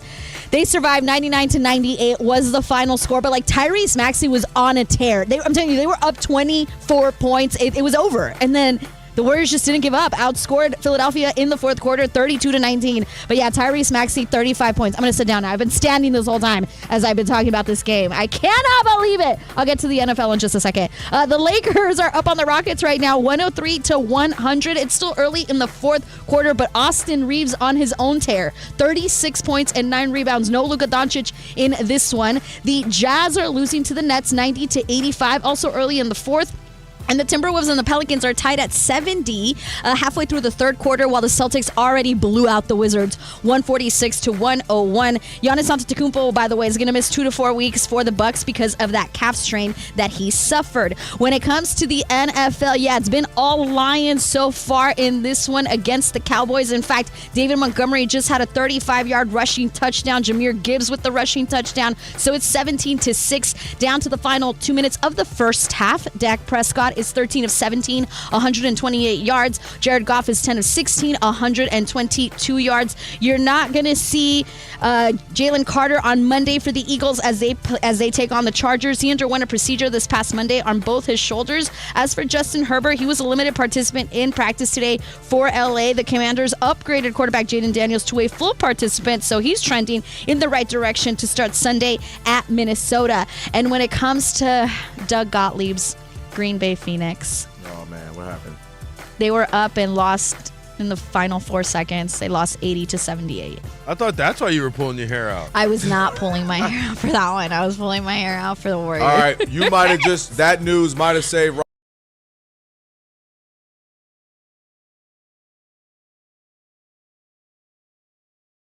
happened to Rob. So you just saved Rob's night with that news, Monty. Well, I'm happy I could do that for Rob. How you like Monty? Kelvin? How you like Jalen? Have a Carter? great night. Oh, my fault. Monty. Go ahead. No, Monty, have a great night. Thank you so much. Yeah, but here's the real rub. Monty's going to be here for the next 4 hours, thank you, too. Right, yes. So it's every time y'all like have a great night, it's like, I get it. I know the sound y'all play at the end of this show, but some of us do work on the Jason Smith show with Mike Harmon. Hey, Martin, we out, okay? Me and Rob, we out of here. We kicking dust. I get it. That's y'all saying bye to her, not her saying bye to y'all. But how about Jalen Carter? Both shoulders at the same time? Might as well. I'm just saying, like both shoulders at the same time. Like, what happens in a football game? My goodness. listen, it was obviously brutal, and people get beat up, and you led me right to this one. Even if it ain't if the shoulders, it might be lower in the ankles we're talking about. You got star quarterback Lamar Jackson questionable for Sunday's game against the Pittsburgh Steelers. A huge game, Martin, as you know, for them. Both teams trying to win that division, stay in the playoff hunt. He's a limited participant yesterday, didn't practice today, 4th consecutive week. He's missed the practice. He's just obviously not been himself, been injured. What do you think of, I mean, this has been an up and down season, not only just for him, but even the Ravens as far as your hope, if you're a Ravens fan, right? You go, oh, all right, beginning of the season, Lamar, this is what we do. This is our season. Then they play, the defense is playing bad despite Lamar and the offense playing well. Then he's out. The defense all of a sudden starts to play better. He comes back. They play better. It's like you don't know what you're going to get. And now here we are. They're trying to make this push and get to win a division. But he hasn't been playing great. And he has to play great in order for them to have a chance. And you just don't think it's even possible without it. Nah, open the window, go get the fire extinguisher, then open the stove. And burn out and put that bird out because this thing is on fire. It is deep fried. It is done. The Ravens are over. And I understand that nobody wants to go on TV and say that the Ravens, Bills, and Chiefs are all at the like very, very precipitous places in their season. I get it. We're in a place that the NFL looks really upside down. Daniel Jones is one of the best quarterbacks in the NFL. The New England Patriots are atop the AFC. I get it. It's weird things happening in the league right now. But simply because the Ravens, Bills, and Chiefs have not looked like the Ravens, Bills, and Chiefs of the past does not mean they're turning it on. And I do not see it happening for this Ravens team whatsoever. I get it. They are in the best position of the two of those of the three to make the postseason, but that is more an indictment on the Pittsburgh Steelers than it is a clap on the face for a salute to the Baltimore Ravens. Lamar Jackson is hurt. I'm sorry, he's hurt. He's hurt, and it's not going to get any better. I'm not saying shut him down. I'm not saying whether you should play or you shouldn't play. But this is a team that had a 40-24 lead in Week 1 against Buffalo and gave it up. They have been blowing things healthy. Now that they're hurt, it's just not happening. And the sooner that we understand this Ravens team is not scary at all, we'll all be better off for it. They might make the playoffs. They're not scary. They're not scary. And I mean, the crazy thing is him. I mean, I'm looking at it the last 4 games, his numbers. You're talking about, if you want to work backwards, 53% completion percentage. He had 246 yards, but 0 touchdowns and an interception. Game before that, only 153 yards, no touchdowns, no interception. Game before that, only 193, but 2 interceptions. The game before that, 176, but 1 touchdown. Like, he hasn't looked like himself where he's putting up, 200, 250, 3 touchdowns, 1 on the ground, like where you're like, that's Lamar. He hasn't looked like himself. I believe he's more injured than he's letting on. He just is one, a football guy, and I want to gut it through. And again, I think looking at the division saying, there's still a chance. I think he's much more hurt than he's letting on, and I just don't think they're where they're supposed to be. And it's disappointing because, to your point, I mean, Pittsburgh ain't that great. They shouldn't be, leading this division. I told Rob Pittsburgh is going to look exactly like they did with Russell Wilson, and to me, that's exactly what they look like. They won a handful of games. They lost a bunch, and you maybe even look worse than they did. I was about to say, I think they look a little worse with Russ, and that is solely an indictment on this group, right? Because Russ and them did not look good. Right, and so I told Rob that's what the Steelers are going to be when they brought in Aaron Rodgers, and you got rid of George Pickens, and the defense isn't as good as you think it is. This ain't the 10 years ago Steelers defense, maybe even 5 years ago defense. And so I was saying that. So if you're the Ravens, they're really going to have to, in my opinion, start having conversations. And you use the word shut it down, or the phrase shut it down. I have to start having those conversations because Lamar, I know you're going to want to compete. I know you're going to want to play, but it's an ankle, and it was a hamstring. And it's all hamstrings, as you know, you've been covering sports all these years. Hamstrings are weird, right? You feel all right, but there's no real – you'd almost rather have something broken, doctors always say, than pull ligaments or stretch ligaments because at least we know. Put in the cast, 6 weeks, boom, it's healed, you're ready to go. Sure. With ligaments and hamstrings and, those things get weird. You don't know how to really heal them. Only healing is time. Well, how much time? I don't really know. It depends on the person. So with hamstrings, now ankle injuries, you just don't want Lamar to become beat down and wear himself down. You know what I mean? So I understand they're in the division. Maybe you go another week or two to see where we're at, but he means too much. And he's been playing bad. And the main part, Martin, last point for me, he doesn't look good running. If there's anything else you could say, well, dang it, that's Lamar, it was running and getting away from things. He doesn't look – guys are catching him that normally don't. He's not escaping as much. He's also turning down runs that I felt like in the past he would have taken. And not even just he would have taken, like he's turning down runs I would expect like Dak Prescott to take. And I say that just because he's on TV, but he's not particularly mobile, but he is athletic. Like Dak will go get a first down, but you're not calling for Dak to go run for a first down, right? Those are the first downs that I honestly thought I wanted to see Lamar get more and more as his career aged. Less design runs, more let's, buy some time and make it happen. Those types of plays, because the damage comes a lot of times on the design runs, on the actual runs, or the runs where you got him lining up and playing a pseudo running back. But ultimately, whether he's shut down or not, whether he plays or not, that's the bigger thing for me. He's not going to get any healthier. I personally don't like the idea of just shutting guys down because your season is over, but I understand the logic. $1 million investment, so on and so forth. Yeah, specifically those play the quarterback. That's the position. I just don't like. I just don't like the idea what it does for the locker room culture idea. It's just because it's all could. It's kind of like if somebody got the script out for the wrestling, it all could fall apart very quickly. Mm-hmm. I want guys to play. I think guys should play. They get paid millions of dollars to play. You should go play. But the idea that this Ravens team is a threat in the AFC is one that is just completely and totally happening between your ears and not in front of your eyes. Yeah.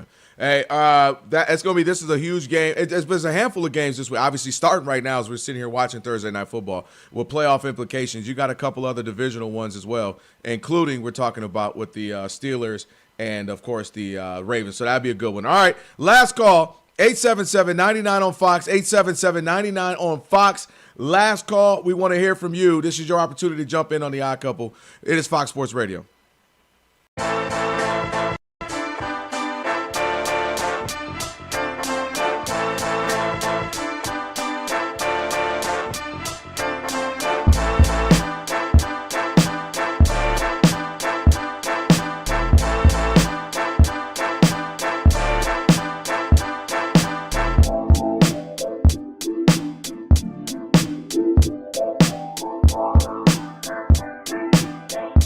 The fact that we came into the Bears saying, Ben Johnson, Caleb Williams, how is this marriage going to work? How is Caleb Williams going to improve? And what it ended up being is that Ben Johnson reminded us that what Ben Johnson did, despite all the sexy and cute plays in Detroit, Ben Johnson at his core is a running style offensive coordinator. And I think we got reminded of that this season because they're number 2 in rushing right now. The Bears are averaging about $150 a game. And then you look at what their defense is doing right now. They're first in takeaways.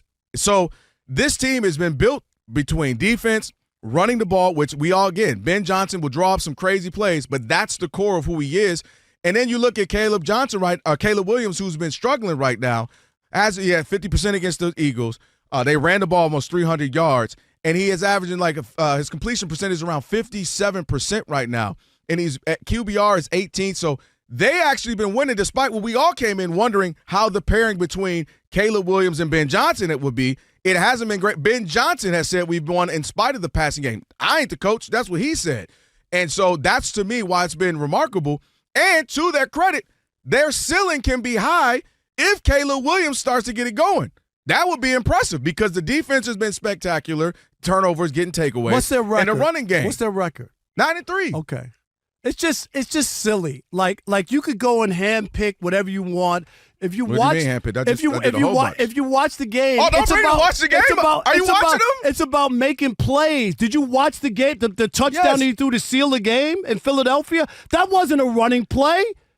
He rolled out, he rolled left and threw a dime. Go watch the play. Right. He doesn't have to throw 3 touchdowns. Patrick Mahomes threw 4 touchdowns and they lost. That's great. Don't put him and Patrick Mahomes. All I'm trying to say to you is that this whole idea that you're worried about completion percentage, it ain't got nothing to do. It's about wins and losses and making plays. That's what the NFL is. It's about making plays. Mm-hmm. It's about, did you tackle a guy or did he get by you? It's really a really simple game. Did you catch the ball or did you drop it? Did you throw the touchdown when it mattered? They've won. How many big games did they win at the end where he threw a touchdown? I'm asking you a question. I just don't understand the winning percentage. He's won 9-3. That's what I care about. Has he performed well? That's what I care about. Has he performed well? For a second-year quarterback with a new offensive coordinator, absolutely. Okay, well, his own coach doesn't think that. And nobody's saying, again, that's why I said the ceiling is high for them if he can get it right.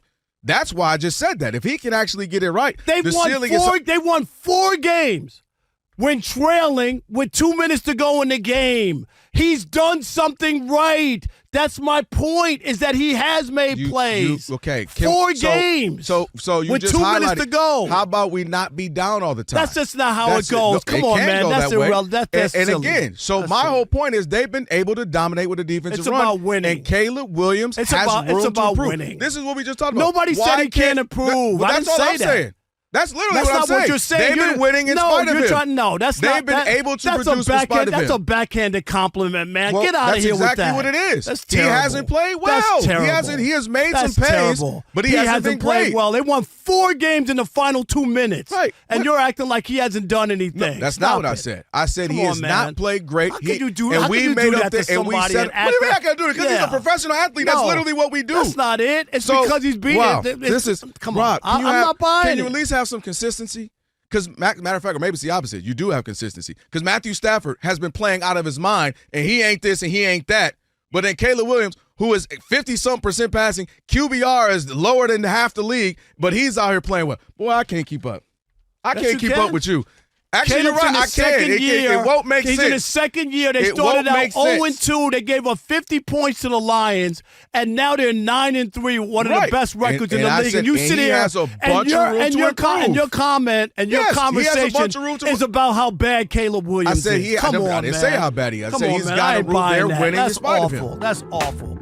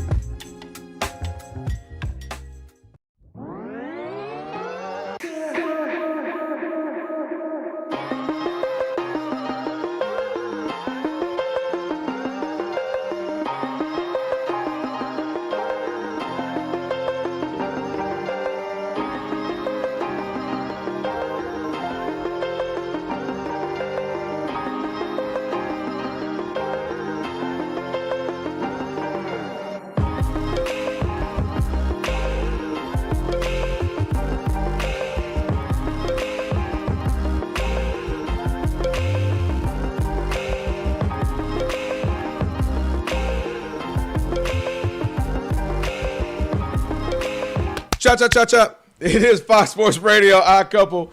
Kelvin Washington, Martin Weiss was in for Rob out there in Detroit watching the Lions up on the Cowboys. I think it's 20-9 going at halftime right now. And, of course, for over 40 years, Tyrek's been helping customers find the right tires for how, for what, and for where they drive, ship fast and free. Backed by free road hazard protection with convenient installation options like mobile tire installation, TireRack.com. It is the way tire buying should be. Let's get to it. It's time now for last call. Go!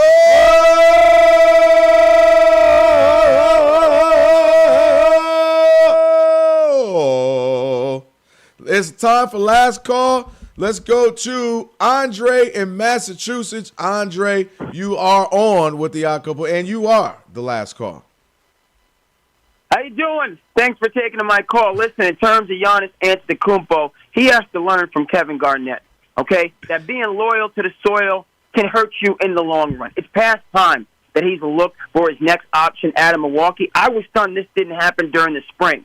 when there was indicators, there was rumblings about him going to Miami, elsewhere. He said, no, I want to stay in Milwaukee. I want to be here for my career. So okay, you're not winning another championship because the ship has sailed. And it left the port when you traded Drew Holiday, a winner, who helped you get that championship against the Suns when you were down 2-0 for a question mark in Dame Lillard, who wasn't committed to what you were doing. So in terms of Giannis, Kevin Garnett said it. He should have been in Boston 2, 3, 4 years earlier. But he was stugging it out in Minnesota, and it hurt his overall championship window, and then it hurt his legacy. Giannis, I'm looking forward to your next destination and competing for a championship. Thanks for taking the call. No doubt. Hey, appreciate it, man. Thank you, Andre. And he's right. I mean, you get out now, you give yourself some time. Still got, 5, I'd imagine, years of being really good, if not great, for another 4 or 5 years, and then you see what the rest of your career has. All right, we're going to do it early. Let's do it now. Let's do Shop Talk.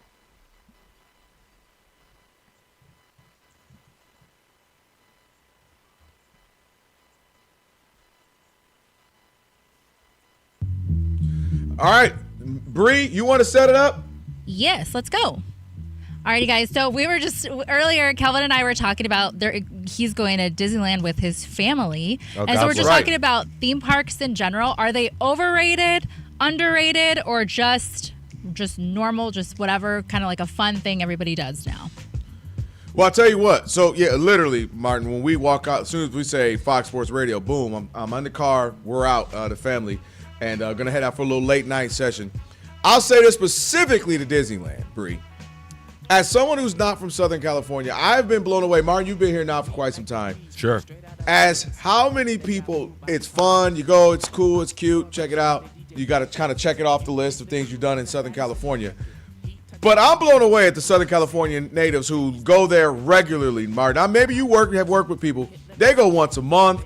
They have passed, and they're adults. And I'm not talking about adults who have kids and we go, I'm talking adult. Hey, what are you doing this week? I'll probably just shoot down the Disneyland, California Adventure. I've been blown away by that because I didn't feel it's cool, but not like that. It is mind-boggling to me. And I know, listen, it's every Saturday from 8 to 11 Eastern. I share this studio with somebody who is a slight Disney adult, so I'm trying not to get jumped in a few days. However, I'll just say this. I quit. I'm married now. This wasn't the one, but I stopped dating a girl because she spent 13 days straight at Disney World on like a vacation. Like it was like Christmas vacation. The only thing I could think of is, she was in her 20s at the 27th. The only thing I could think of is, Dad's paying for this now. If we stick together, then I'll be paying for this, and I'll be spending 2 weeks at Disney World every single year, which sounds like prison. Wait, are you serious though? 13 days straight? 13 days straight. That's psycho. Bro, psycho. That's insane. The whole concept of a Disney adult is psycho. I'm sorry. Monty's holding her tongue right now, y'all. Monty, I'm gonna have to. I'm not agree offended. With I don't y'all care. love Disney on another level. Like, what are we missing? Honest, I'll tell you what I get from people, Monty, who tell. I'll hear your answer first. What are we missing? It's cool. It's fine. Hey, go every 2, 3, 4, 5 years. Every year, 3 times every month or two. Like, what am I missing? I don't have an answer for you. Nothing. You're not missing anything for you. Yeah, no, I'm asking you. What is Monty enjoying? I go because I want to eat food and I want to people watch and I want to drink. And then maybe I'll hop on a ride. And it gives me something to do in Southern California where everything is so incredibly expensive. Not that Disneyland is not. Excuse me? Yeah. Mark made the same face as me. But it's Disneyland might be the most saving money going to Disneyland? I've had a pass. I've had a pass since I was in high school. Like, to me, it's just like second nature. Just go to Disneyland if I have nothing else to do. Okay.